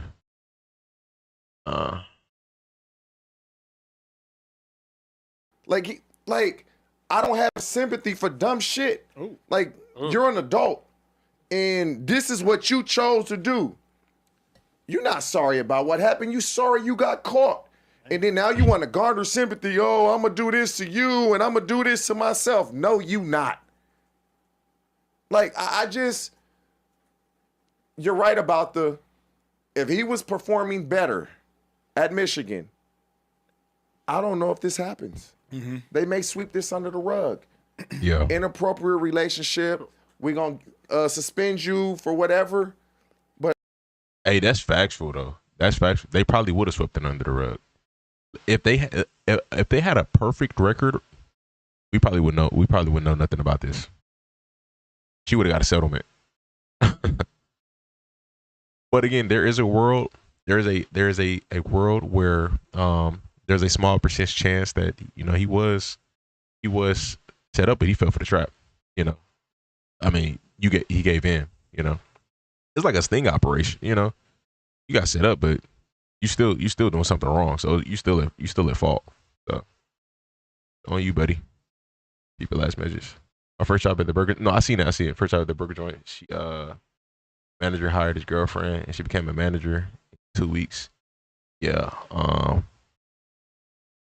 Places like that, you can get away with stuff like that. Like if it's a smaller place, but if it's a bigger establishment, that's highly unlikely. Where there's way more employees, where y'all gonna get audited way more, where the business is dealing with way more money. That's a little bit harder to avoid. But when it's just a franchise, just one little store, fast food, something like that, it's a lot easier to get away with. What does that mean? Settlement? They would have paid her. They would have paid the girl to not say anything or file a police report or nothing. Or they would have just had, got some good lawyers on this, and eventually she would have got paid a settlement, and but I don't know. When any team's winning, they would look the other way unless it's too crazy. Again, it's money first. That's just how how the world works. It's business. It's not personal. So they're going to look at what's making them money before they look at what's moral. That's just that's just what it is. They're dead wrong for having them kids sign there. They was recruiting my nephew, offered him all kind of money. If I'm Bryce Underwood, I'm up out of there. We done gave this man all this money to turn around and hand the ball off 35 times a game, scared to throw it. But I don't feel sorry for Sherrone Moore. Why? Michigan State head coach, did he get fired? Why would I? Why would I? Not him. It's the wife I feel sorry for. The kids? Yeah. And the wife. I feel sorry for the kids. Yeah. Because you didn't mention the wife. I feel sorry for the kids. Uh-oh. Oh, snap. She's an adult. They innocent. Like, she understands her husband. You know who you married? Nope. And so. I mean, she could be an overly nice person. We don't know her. So, I mean, I think it's okay to feel sorry for her. I don't know. I don't know her. If she, you know what I'm saying? If she out there doing what she doing too, then yeah, you don't feel sorry for her. But if she a good woman and you doing her dirty, then yeah, you feel different. The adults, I don't feel sorry for no adult involved. I feel sorry. The woman that he was messing with, you ain't know he was married? You ain't meet his wife? Bro, they follow each other on social. That's what I'm saying. Wait, the wife and that's what I'm saying. The wife and the mistress follow each that's other what I'm saying. Now, look, So, I will say this, though, too. There is a power dynamic there. He's the boss of the woman. Listen, man. She did what she did. Like, I don't all this. Yeah.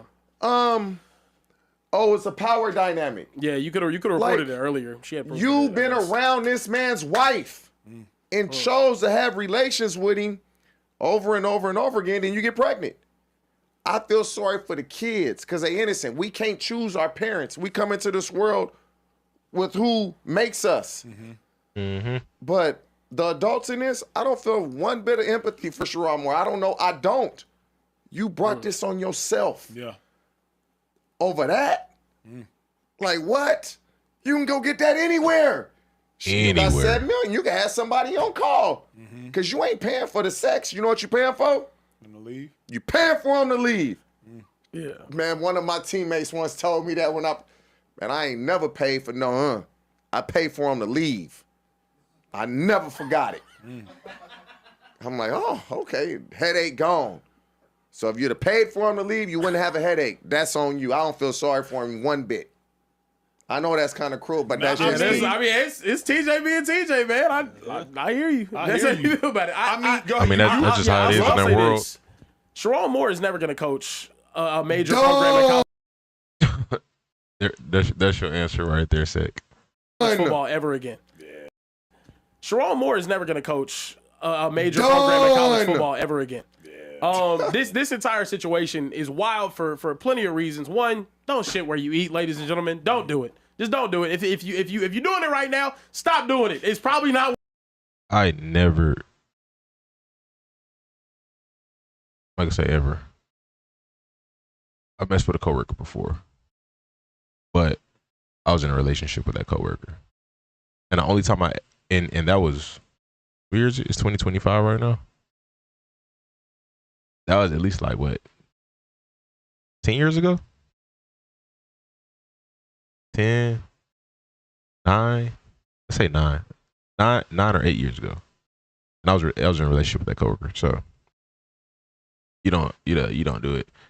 And the only other time I ever did is I ended up quitting. So it didn't matter. But to have a relationship, whether it be casual or non-casual, with somebody you're working with is not going to be good. 9 times out of 10, it's not going to be good. I wouldn't safely bet on that 1 out of 10 chance that it is, unless you are sure that you would marry that person.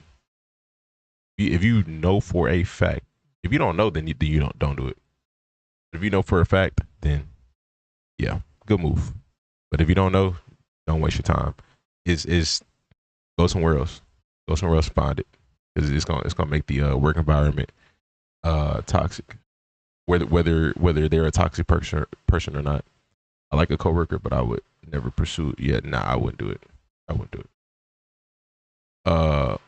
Wait until you quit or they quit. That's it. Worth it, bro.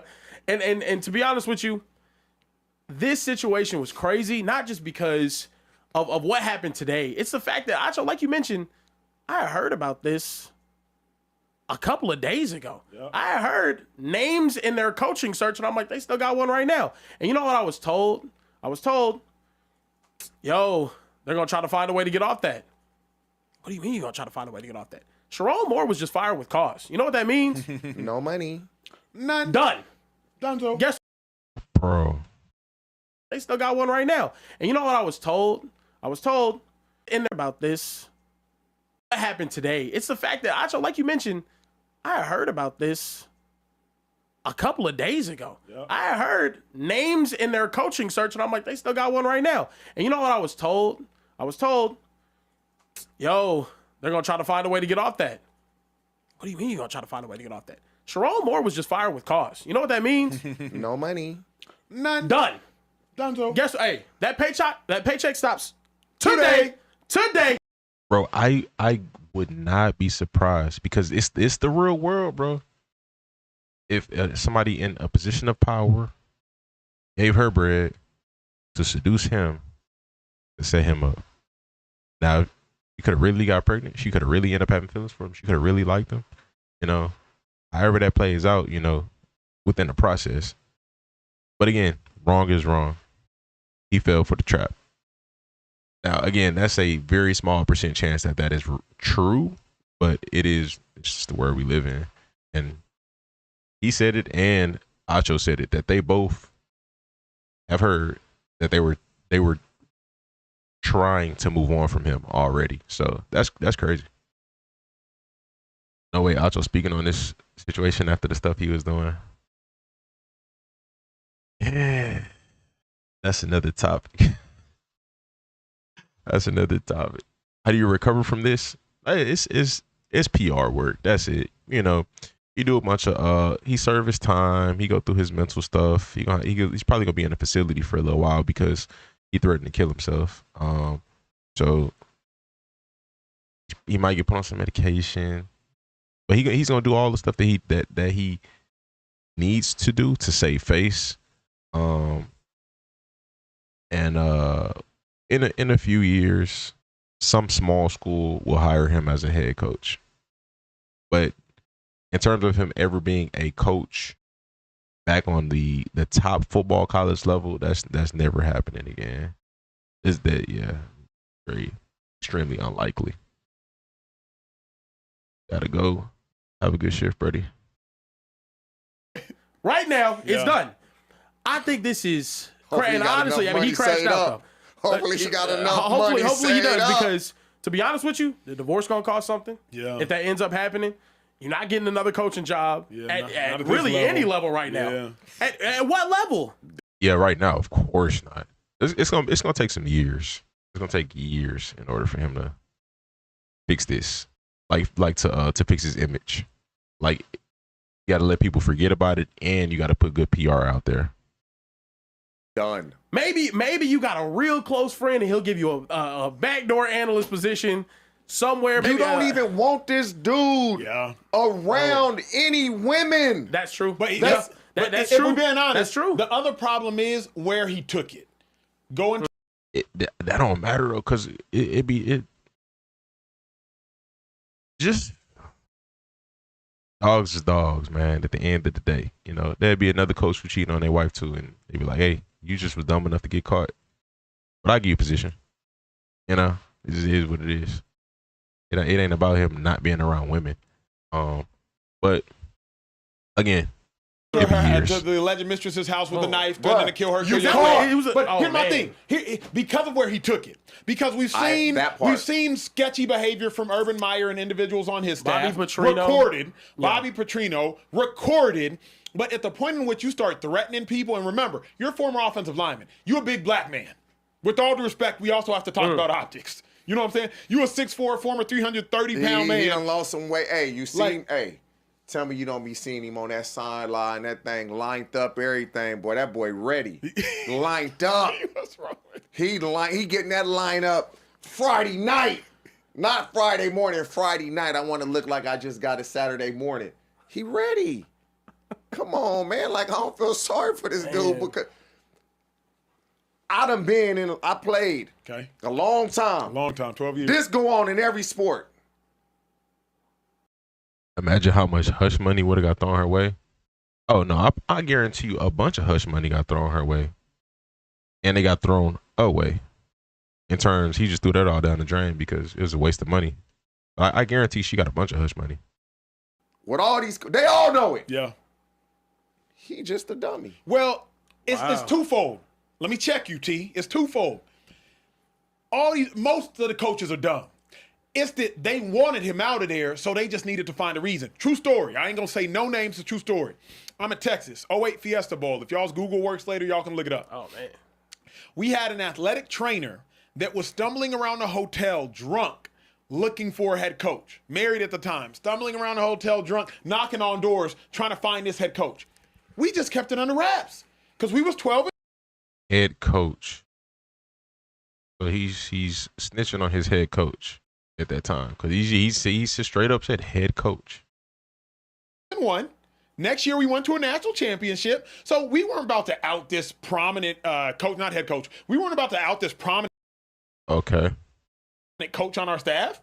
It's an athletic trainer drunk in Arizona. We at the Fiesta Bowl about to play Ohio State led by Terrell Pryor, and it never comes out. It doesn't get reported for like another 7 years when this other coach on this Texas staff was in a lawsuit and was like, how y'all gonna fire me, but y'all kept this person on staff because y'all knew about it. Meaning. Okay. So he not out nobody. So this is already out. But it came out 7 years later. But again, though, they do sweep stuff under the rug if you win it. And again, if he was undefeated, we would not know about this. Most likely. Very likely. Everybody at Texas knew about it. I thought, oh, this didn't make it up to the officials. Later, I found out, oh, y'all did know. We was just winning, so y'all like internally suspended him. If Michigan wanted to sweep this under the rug, they could have swept this under the rug. Michigan wanted Sharon Moore gone. They wanted their money back for him to be gone. They wanted to make sure he was gone and not have to pay him. And as a result, they went looking for where they knew they would find dirt. They found the dirt, and they used the dirt to get the man who they never wanted in the building out the building in the first place. They wanted him out. Somebody asked me earlier today, you think if they beat Ohio State, they would have done this? I said no. Hell no. I said no. But to me, they be in the playoff right now. There's no shot. I think for as messed up as it is, bro, we know for a fact. I have never been in a college football locker room in my life, and I know 3 coaches that have done far worse that are active right now. Yeah. Come on, bro. Let's talk about this real quick. The culture of coaching. Let's talk about the culture of coaching, okay? Don't go there, T. Let's talk about this. Don't go there, T. Don't go there, T. They sit, today is Wednesday, okay? Yeah, we going to talk to NFL. College is another ball game because they don't really get free time off. They always on the road traveling. Let's just talk coaching, but we NFL and college. Monday, Tuesday, Wednesday, Thursday are extremely long days for coaches. Extremely long days for coaches. They get in there 5, 6, 7 o'clock, give or take the coach, right? Man, some of these dudes don't leave the office till 11 or 12, midnight. And so when you're in the office and you have a female assistant, she's sitting in there until the coaches are done. Because all that you're game planning, she has to put on a script for the next day and do this and do this. She's doing all of that for you and the coordinator and other coaches, scout team and whatnot. So over time, you may make a comment to her just to get a oh, she shot that down, I'm done. You make she gave me the response I'm looking for. And now it's on. They need to change the culture of the coaches spending. Nah, there's no change in that. Who is Mel Tucker? You can't change. That's like saying we need to change the country. I mean, and to be fair, you need people to be the example and set good examples. But to say we could change all coaches or the culture of coaching, I mean when there's money involved, people are going to disregard morals. Especially when it's some millions involved, people are gonna disregard morals. They ain't worried about that. So I think it's wrong, of course, but I mean, I just think that's the reality of it. I don't think it's changing all of it. Possible. Michigan State head coach. Oh, that was Buddy name. Okay, fired for the same thing, but without the assault. Yeah, man, that lust, man. That's the easiest way to get it, man. And some men don't know how to turn it down. You know what I'm saying? I think that's in a politician world. Anywhere where it's money, expose you for cheating. Got dirt on you. She's a setup. And all that damn, bro. I had this conversation today. Several of my. Can a woman sue? Yeah, for sure. Because he threatened her with a knife. Whether she could say whatever. Honestly, if there's no cameras around, she could say whatever. So it is what it is. She could lie, she could tell the truth, but and he had a knife in his hand, so yeah. She could say she felt endangered and all. If she got a good enough lawyer, she can get some nice bread up out of that. My friends now, I'm at the age in life where a lot of my friends are now coaches, right? All the cats used to play ball with. I just got offered a job last week. I'll never say the school. Yeah. Big school. Huge school. Just got offered. Yeah. I ain't doing it. To T's point, it is a unhealthy culture in coaching, and furthermore, I wouldn't want that either. I ain't gonna lie to you. It's too much time. It's too much time you got to put in, man. Way too much. I'd rather have some flexibility in my life. You know, to each his own. If you feel like you got the time for it, your kids are grown. You know, I wanna do something else. Ooh, but I think it depends on the person's situation. reason all this stuff happens is because, like T said, Right, you're working in a super close proximity. I mean, if they get a good head coach replacement, you know, might be all right. Super late at night, he probably spent more time with old girl than his wife. Absolutely. Because he's probably at the office at 5 a.m. and leaving the office at 9 or 10 p.m.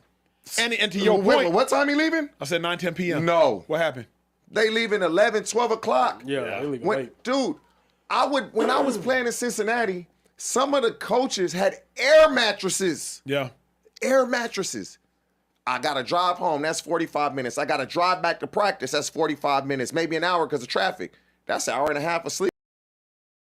What if I'm married and we got kids, baby? Moving into the facility, we finna turn one of these offices into a bedroom. For real.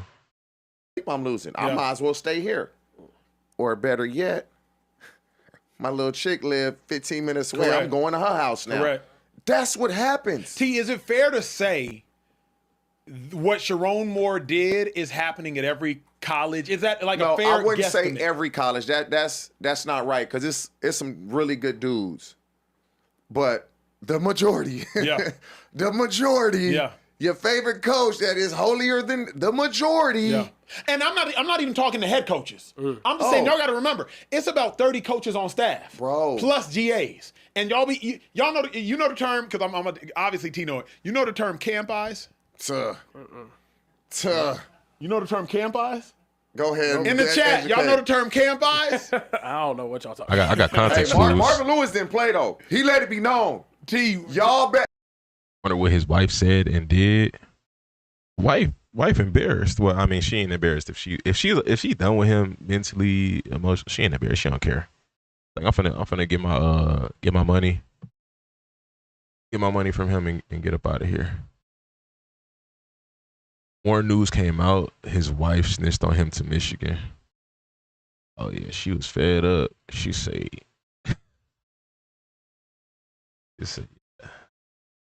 everything. I mean, honestly, that could be true or that could not be true. They could have finessed the situation and you know what I mean. They could have painted this picture and been like, you know, you could make anything look like anything. The school could have been behind it, and they told the wife, and then they told the wife, "All right, you're going to be the one to say that you found it." You know what I mean? Just to have everything line up and make sense, you know. Or she genuinely could have found it. You know, when it come to money and people in power, you know, they could do whatever they, you know, they kind of paint whatever picture that they want to the public. But interesting. Camp eyes. T, my parents watching. What's camp eyes? Once you in like your second week of training camp, everything you see look good. Them just camp eyes. So Marvin Lewis, you straight up tell you in training camp. You bet not be distracted. Talk to none of them. Don't say what's up.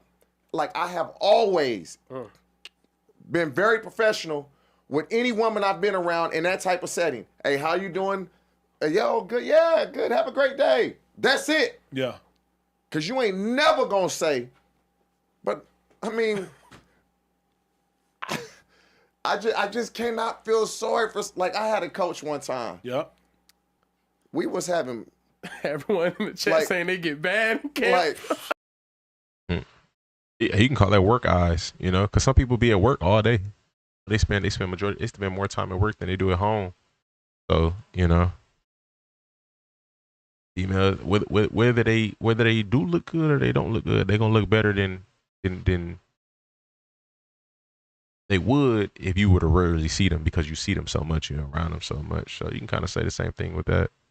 But I think that concept could apply to any area of life. You know, you're around it so much. So Bro, Camp, hold on. Camp turned 3s into 8s. Turn 4. Am I? T look at T straight face. Is that strong? T looking at me with a straight face. That's more dangerous. That's more dangerous than alcohol. Alcohol don't do that. It turned 3s into 8s. Alcohol don't do that. It turned 4s into 9.2s. Listen, am I lying? I don't know about all that, especially in today's world with social media. You got the phone, like, bro, I don't know about that. You could probably say a 3 to a 6 or a 4 to a 7. No, but this is why. Chat, let us know. Let us Hold know. on, I'm not lying. I need to know what you said. I can see that maybe back at that time when, again, social media is too. As soon as they get out of practice, they got their phone.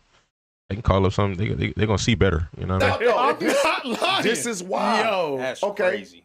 Your rookie year, where'd y'all go to training camp at? Stayed in Cleveland. Was in Berea. Hotel? Berea, Ohio. Yeah. Okay, well, the Bengals. Yep. Our training camp Yes, sir. was on a college campus. Oh my God. Yeah, that sounds. It was on a college Oh campus. my God. It's on a college campus. And Marvin, he let it be known. They better not be in your room. Don't be flirting with them. Boom, boom, boom. Yeah. You know, it's always going to be a few that be like, okay. Yeah. Me? Of course. Shit, I got to make this team. I ain't worried about none of that. I done had this my whole life. Like, what's that? I done been doing it my whole life. Like, I'm worried about her. I got to make this team. I got kids to feed. Like, I ain't worried about that. But it's certain people, they don't have that mentality. And so, to be a head coach at the University of Michigan and to throw it away over that. T, can you break this down? Hold on. Can we go there, Trey? We should. I don't usually ask you, but can we go there? We can go there. Let's do. Several people have asked me today after the Sharon Moore situation popped off, like, hey, how can somebody throw it all away for that? You the elder statesman in the building, so though you obviously haven't thrown it away, you've seen individuals throw it away. What's your answer? Because my answer is people aren't thinking about losing it all in those moments. I think It's just lust. It's that adrenaline rush, that feeling of it's like it just turns into an itch that you just gotta scratch. That's that feeling, and in that moment you're not really thinking about nothing else. You know, it's like being on a high. You know, and you just wanna keep feeling that high, and then you come down from it, and then go away, and it come back. Now some people's come back much too frequently, and those people need help. But still, though, it's in terms of that itch being there, should only be there for your wife if you're married. Nigga with the wrong head. First black coach ever at Michigan. Oh, that's a bad look. That's crazy. That's tough. more often than not, the Sharon Moore or men in those situations are thinking about, one, the chase. Men are conquerors, thinking about the chase, thinking about the conquering, thinking, oh, well, it's different than your wife. So, you know, it's a different person, different experience, different conversation, different everything. So can you break down how somebody could throw $5.5 million annually away for honestly? Ooh, no bye weeks. Oh man, it's gonna be a long stream. Okay, I'm glad you just said that. Okay, I'm glad you said that. I'm gonna have to get maybe get her some toys or something this weekend. Keep her real occupied. You never think you're getting caught. Yep. That's why. You good, buddy? I hired you. We're talking a Sharon Moore case. I hired you. Now I just doubled your salary. You know you shouldn't have your salary doubled, but I'm looking after you. You gonna stay loyal to me and keep this little secret because of the money now that you've been paid. And I'm sure he was buying her gifts. He was giving her little money here and there. Once you double the salary, bro, you don't need to do nothing else financially, because at that point you could take it away. Probably sliding her $5-10 grand. Christmas coming up, he probably was gonna slide her whatever, buy her a car. I don't know, because I done seen people buy cars. Wow. And so like buy cars, $100,000 cars. Correct. What? 100,000. Correct. Yeah. Different level of tricking y'all doing. Buying jewelry. I've seen it. And it's like, it's undefeated, man. It's it's undefeated. To me, that in that water, I always say, because I don't really go in the ocean, like the water in a woman, then you lose it all. You'll lose it all. And now you sit back and be like, damn, was it really worth it? Hell no, it wasn't worth it. Yeah. Not over that.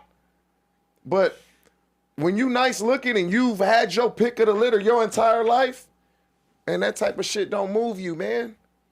Is Sharon more done? I don't even think it's about that. I think it's more so about, I mean, yeah, it don't move you as much, but I think it's more so about having some type of morals intact. Cause if you ain't got no morals, you just gonna keep, you know what I mean? You gonna keep falling for that, you know? You gotta stand for something. Something that's not, what's the word? Physical or tangible. Done? Done. Done? Stick a fork in him. Done. Death row. Done. Now, here, how can y'all say this though? When you saw, I think Kendall Briles just got the offensive coordinating job at South Carolina. Art just got a job at.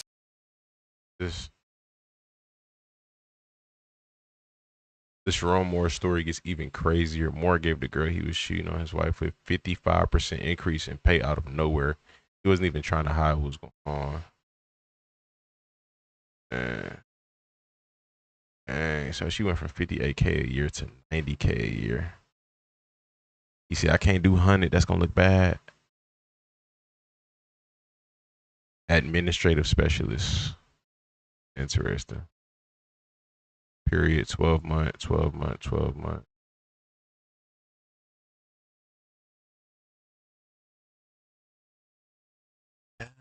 Interesting. Some lower level school. Eastern New Mexico. They hired, if you're from the Dallas area, Death row. Done. Now, here, how can y'all say this though? When you saw, I think Kendall Briles just got the offensive coordinating job at South Carolina. Art just got a job at some lower level school. Eastern New Mexico. They hired, if you're from the Dallas area, they hired Mansfield Timberview's head coach to go be the defensive coordinator at Eastern New Mexico. And for those that don't know, Art Briles was the head coach at Baylor when there were like 70 plus sexual assault allegations. So yeah, bro, he's still gonna get another job. They just gave the example of it. There's other coaches who've been in similar situations who got jobs. It just, he's not gonna get a high level job like that ever again. So. Exactly. Well, he got hired as an offensive coordinator at Grambling, and immediately they were like, "Nope, not happening."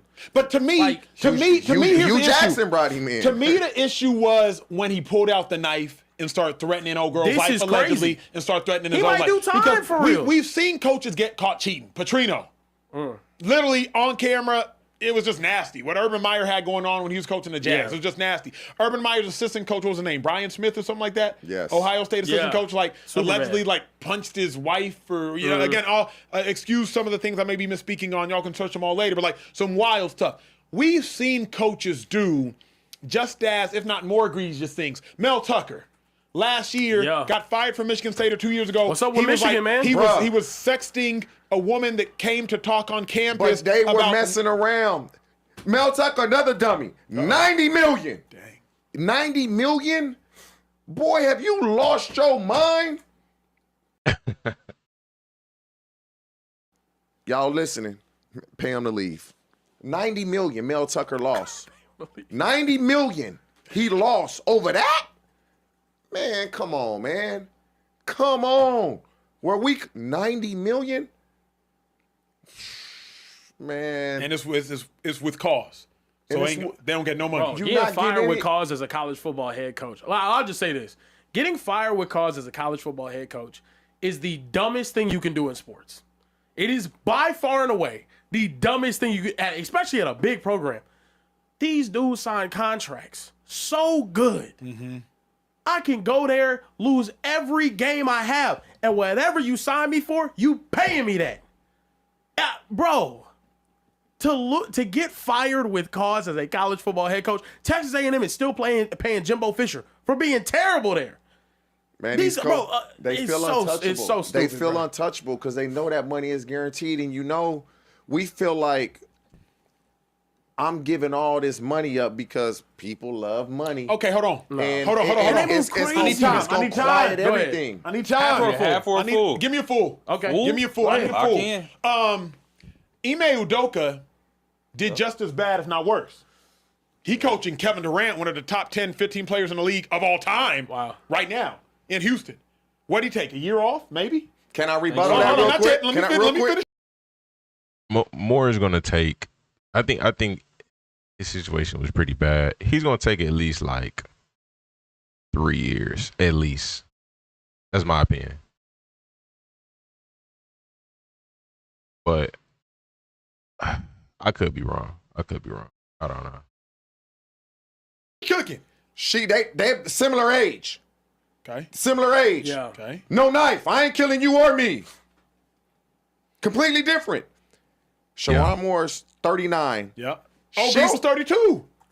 She's supposed to be 25. That's what I read. Nah, she's 32. I don't know how. I don't think that matters. However old she is, I don't think it matters. Oh, But she okay, is. That's not the 32, reason why it's 20, not it don't matter. Knife Yeah. and all that, you're done. I'll say this though, even more.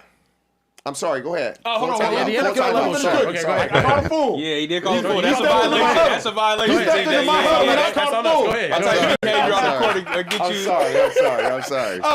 I was saying it was that aspect of the Ime Udoka of it all, but won't your talent make room for you? The real problem that nobody's going to say is Sharon Moore is not that talented of a head coach. He is an offensive line coach who is an offensive line coach under a head coach in Jim Harbaugh who loves to run the ball. And as a result, when Jim Harbaugh got suspended for all the cheating allegations, Sharon Moore got promoted to becoming head coach. And Jim Harbaugh put it in his contract that if Jim Harbaugh were to leave, that Sharon Moore is the incumbent head coach. And Sharon Moore now becomes the coach in waiting. That was. Oh, wow.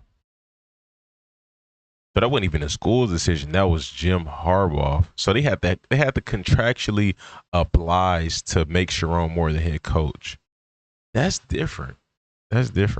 You know, if I'm wrong, let me know in the comment section. But I've never heard of a good offensive line coach being a good head coach.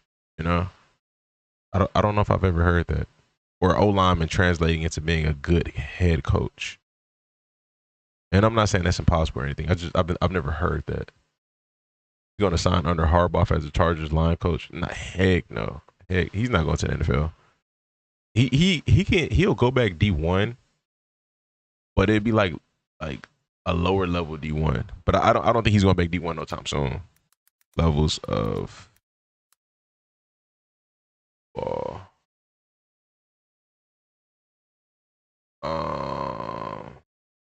subdivision abbreviated. How many levels of D1 football are there? There are 2 main levels with the subdivision for the FCS. There's like D1 AA and D1 different. It's like different D1 levels. D1 FBS, D1 FCS. So that's it. I could have sworn there was like D1 AA, D1 AAA. I don't know, whatever. MU been in the gutter for some years now with all these allegations, but they still won a natty. Yeah, I wouldn't be surprised if there was some other crazy stuff going on. You know, it is what it is. Money talk. That's just the world we live in. So they swept all that under the rug, most likely. Was a part of Jim Harbaugh's contract when he was at Michigan. This is the reports that I have read. So Sharon Moore never should have been there in the first place. The reason in large part that Sharon Moore is out isn't just because of the alleged affair with this woman. It is because he was never supposed to be there in the first place.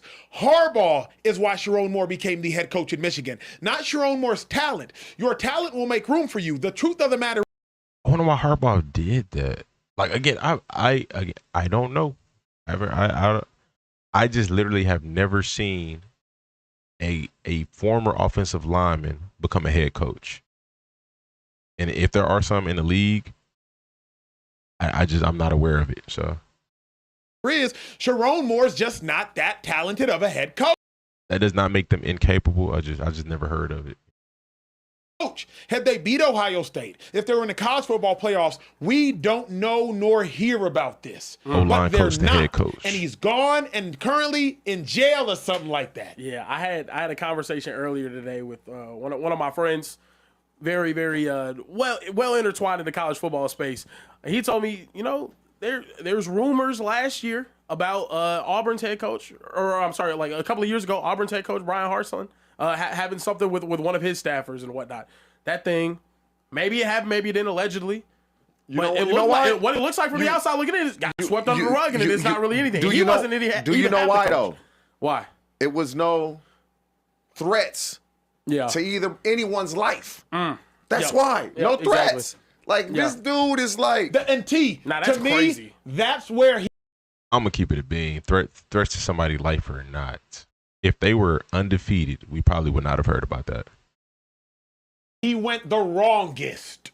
Bruh, crashing out. A lot of people been caught cheating before, but you can't pull up respectfully. Again, with all due respect. Cowboys hired the Cards offensive line coach to become our OC.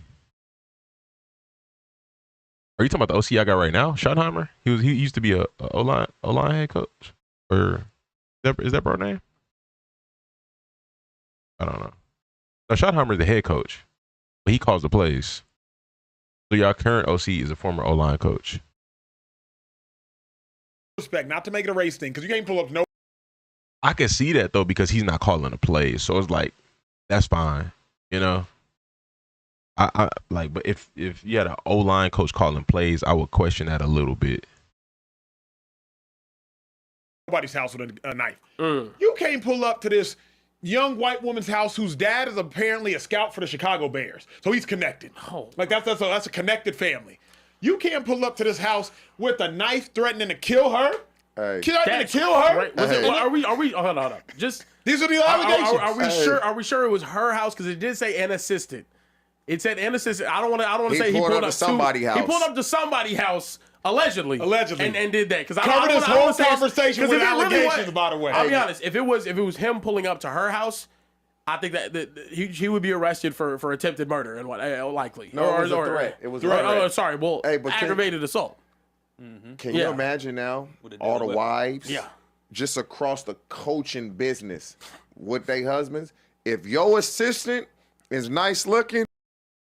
Oh man, I could just imagine, not even the coaching business, but specifically all the coaches at Michigan. All of their wives are looking at them. They side-eyeing all of them right now. She getting fired tomorrow. Who does he coach? Hey, but if your assistant look good, she gone. We can't discriminate against bad ones. That's what. Listen, that's what I was going to say. A lot of times, right now, we baddie discriminating. What? Nah. That wife is like, hey, I think you need. It's not even sexist. She gotta go. She gotta go. Baddest. She gotta go. Baddest. Man, this all over. I think as a man, you shouldn't even put yourself in that situation, like to tempt yourself. Like you know what you hiring. Go get you a male assistant. You know what I mean? So. Don't even put yourself in that situation. Over the news. She better be old or she better be trash. She's nice looking. She getting fired tomorrow. So all assistants are still employed tomorrow. Don't look. Recruits got to start convincing the head coaches that are older because they got to listen. Now I say this here: the older coaches, they'll know how to play it smarter. I say that. So the likeliness of them getting caught up is way a bit slimmer. I'll say that much. Good T. No, but that ain't 100% guarantee. But they'll know the game a little bit better. They fired. You can't even say that because a lot of the side pieces and mistresses and women that these dudes get caught up with, they don't even really look like nothing a lot of times. The majority of them be decent looking, and now if you fire them, because of the way they look, they gonna sue. So it's like, what do I do? Hold on, I'm sorry, we've been excluding y'all in the chat. I heard y'all going crazy in the chat right now. This is my fault. I have no control over the show today. This is on me. What's the chat talking about? Chat. All right, I'm gonna let the chat slide. Let me know y'all thoughts in the comment section. Very interesting situation. Don't fall for the lust, man. Do it. Get yourself under control as a man, as an individual, as a person. Focus on your mental relationship with God. Focus on self. Focus on self. But yeah, I wouldn't be surprised if this on many different angles of how this actually played out. But yeah, buddy done lost a lot. He has added a huge cap to himself financially. But I mean, hey, we'll see. Let me know your thoughts. Drive, stay tuned, stay blessed.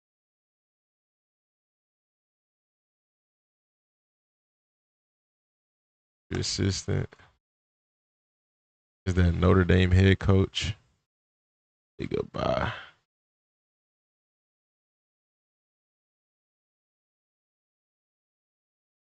Notre Dame head coach.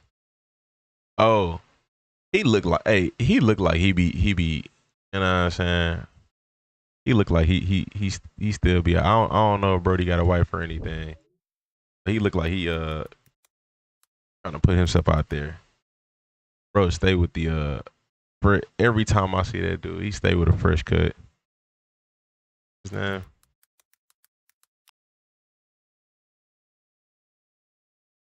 Is this him? Marcus Freeman. That's him. Yeah, the black dude.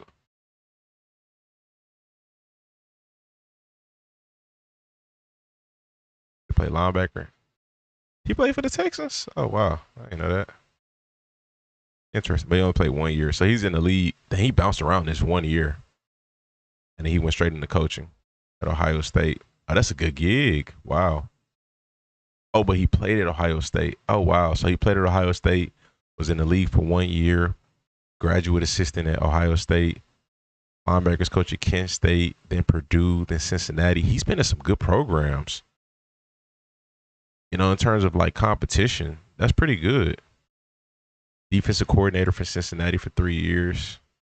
DC for Notre Dame. Wow. I doubt he has any. In 2010, he married. Oh, they got 6 kids. Oh my gosh. In 2022, he became a Catholic. So he became a religious man 3 years ago. Wow. I mean, hopefully this is some significance, you know, that he living right. But interesting. Oh no. He was a good coach at Cincinnati. Just found your Chris Johnson. Just found out Chris Johnson has a son at SMU. He at SMU? Wasn't he at Miami last year? If I'm not mistaken. I was gonna do a microphone video, but I'm gonna chill. At what we're going to do now is predictions, and then I'm gonna hop off.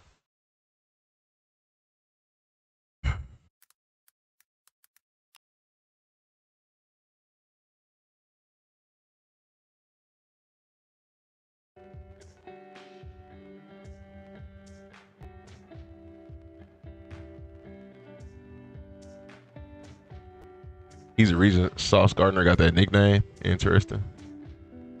Probably might have had 6 years. Nah, if I had, that's a lot. That's a lot. But if I was to do something like that, I'm gonna make sure I'm financially in a good spot and I got the right woman. Those 2 things would definitely be in place. I wouldn't do something like that without them 2 things being in place. What am I looking for?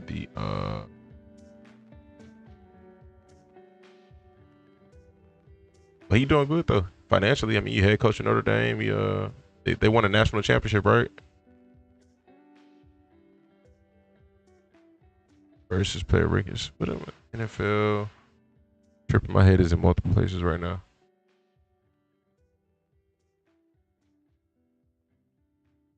My plan is to have 11. I'll tell you this, bro. It sound good. It sound good, but I would I start slow. You know, that's not something I would necessarily rush.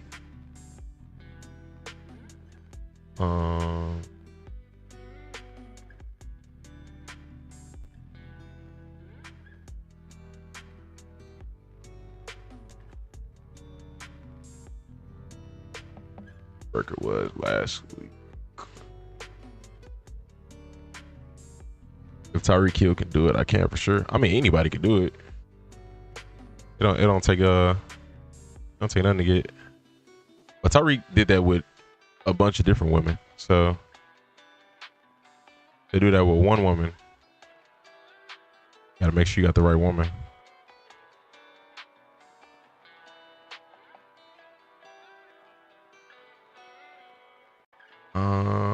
I'm looking at predictions. What predictions is it?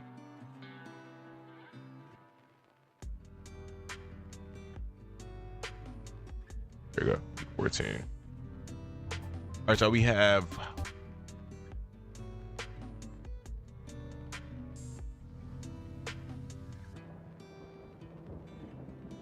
I picked Dallas. Dallas lost, so that's an L. Seattle won. Browns lost. Green Bay won. That's an L. Commanders lost. Dang, I'm doing bad. Dolphins won. The Bucks lost. The Jags won. The Ravens lost. Oh my gosh, this is my worst week all year. Broncos won. Bengals lost. Rams won. Texans won. And the Chargers won. So that's 6 dubs. 6 out of 1, 2, 3, 4, 5, 6, 7, 8, 9, 10, 11, 12, 13, 14. Out of 14. It's 8 and 6. No, I mean 6 and 8, excuse me. I went 6 and 8.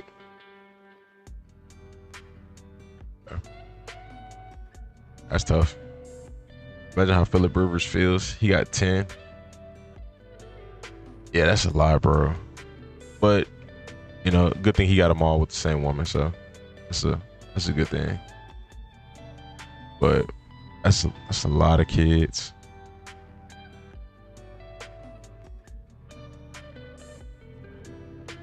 I wonder what his mindset is like at this point. Like, if he wish he would have slowed down, or like, you know, because, you know, once you have him, it's not like you regret him, but, you know, what if he wish he could have did something different? But he's a multi-millionaire, so he might be fine. Terrible positions. Browns lost. Yeah, I said Browns lost. All right, all right, week 15, 6 and 8 last week. I think it was my worst week all season. Yeah. Week 15, we got tonight Falcons and the Bucks. I will roll with I'm pick the Bucks on this one. They let me down last week, but I'm gonna roll with them. We'll see how this goes. Browns and the Bears. Bears should win this. They should, but the Browns can't get a dub out of this. We'll see. Bengals and the Ravens. I really hate to pick the Bengals to sweep the Ravens, but I'm just leaning towards the Bengals in this matchup. I think they're playing better. And they beat them. They did a good job last time in terms of how they beat the Ravens. Do I think they'll sweep them? But like, no. But like, trying to take the idea of like, trying to take past context out of my mind and just think of how they're playing right now. I just think that they'll beat the Ravens. Chiefs versus the Chargers.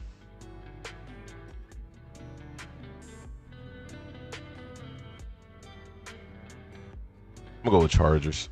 I think the Chiefs, something to me, I think the Chiefs will beat them, but that was a gritty win for the Chargers last week. I'm gonna flip it. I'm gonna go Chiefs. I'm gonna go Chiefs. I don't trust the Chargers 100%. They very gritty win, but it wasn't like super convincing for me. I'm gonna flip it. Got KC. Get eliminated until we get 10. We'll see. Pats versus Bills. I don't see the Bills getting swept by the Pats, but the Pats are playing better football. They coming off a bye week though. I'm gonna roll with the Bills on this one here. I think it was a good win for the Bills last week. And it is a little bit of me not seeing them getting swept, but more so often coming off a really good win. And I think that's a solid football team. The Patriots are playing better overall season wise, and I do think they have the edge. But I think the Bills might be able to catch them off guard and might be able to steal a win. Commanders and Giants. Said JD is out. Okay. Very, very fair. Eagles, Jags, Texans. This is tough. I'm gonna go Broncos. I don't trust the Packers like that. They're a good team. I just don't know if I trust them. Both of these teams have pretty good defenses. Obviously, the Broncos defense is better, but they've got two good defenses. Now, the Packers offense, I like their offense better than I like the Broncos offense. But I just don't know if I trust them enough to walk out of here with a dub. So Rams, Lions, interesting. We're gonna go with the Rams. Lions can win this. But I'm not betting money on them to win it. Panthers, Saints. I go Panthers. Niners, Seahawks. I go Dallas. And now this is so hard to pick because the Dolphins are so bipolar. One day they want to play really good defense, and the next day they don't. And then one day they want to have really good offense, and the next day they don't.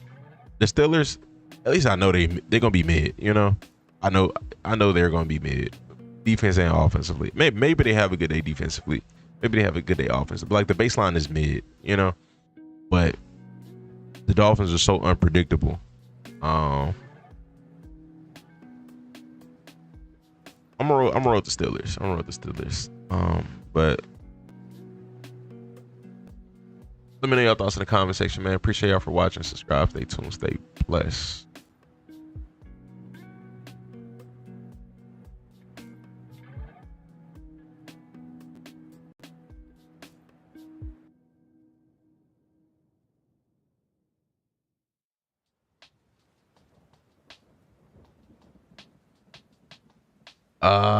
Stream was tripping back, but I'm about to get off anyway, so definitely good kicking it with y'all, man. It's about that time for me to wrap it up, so y'all be blessed.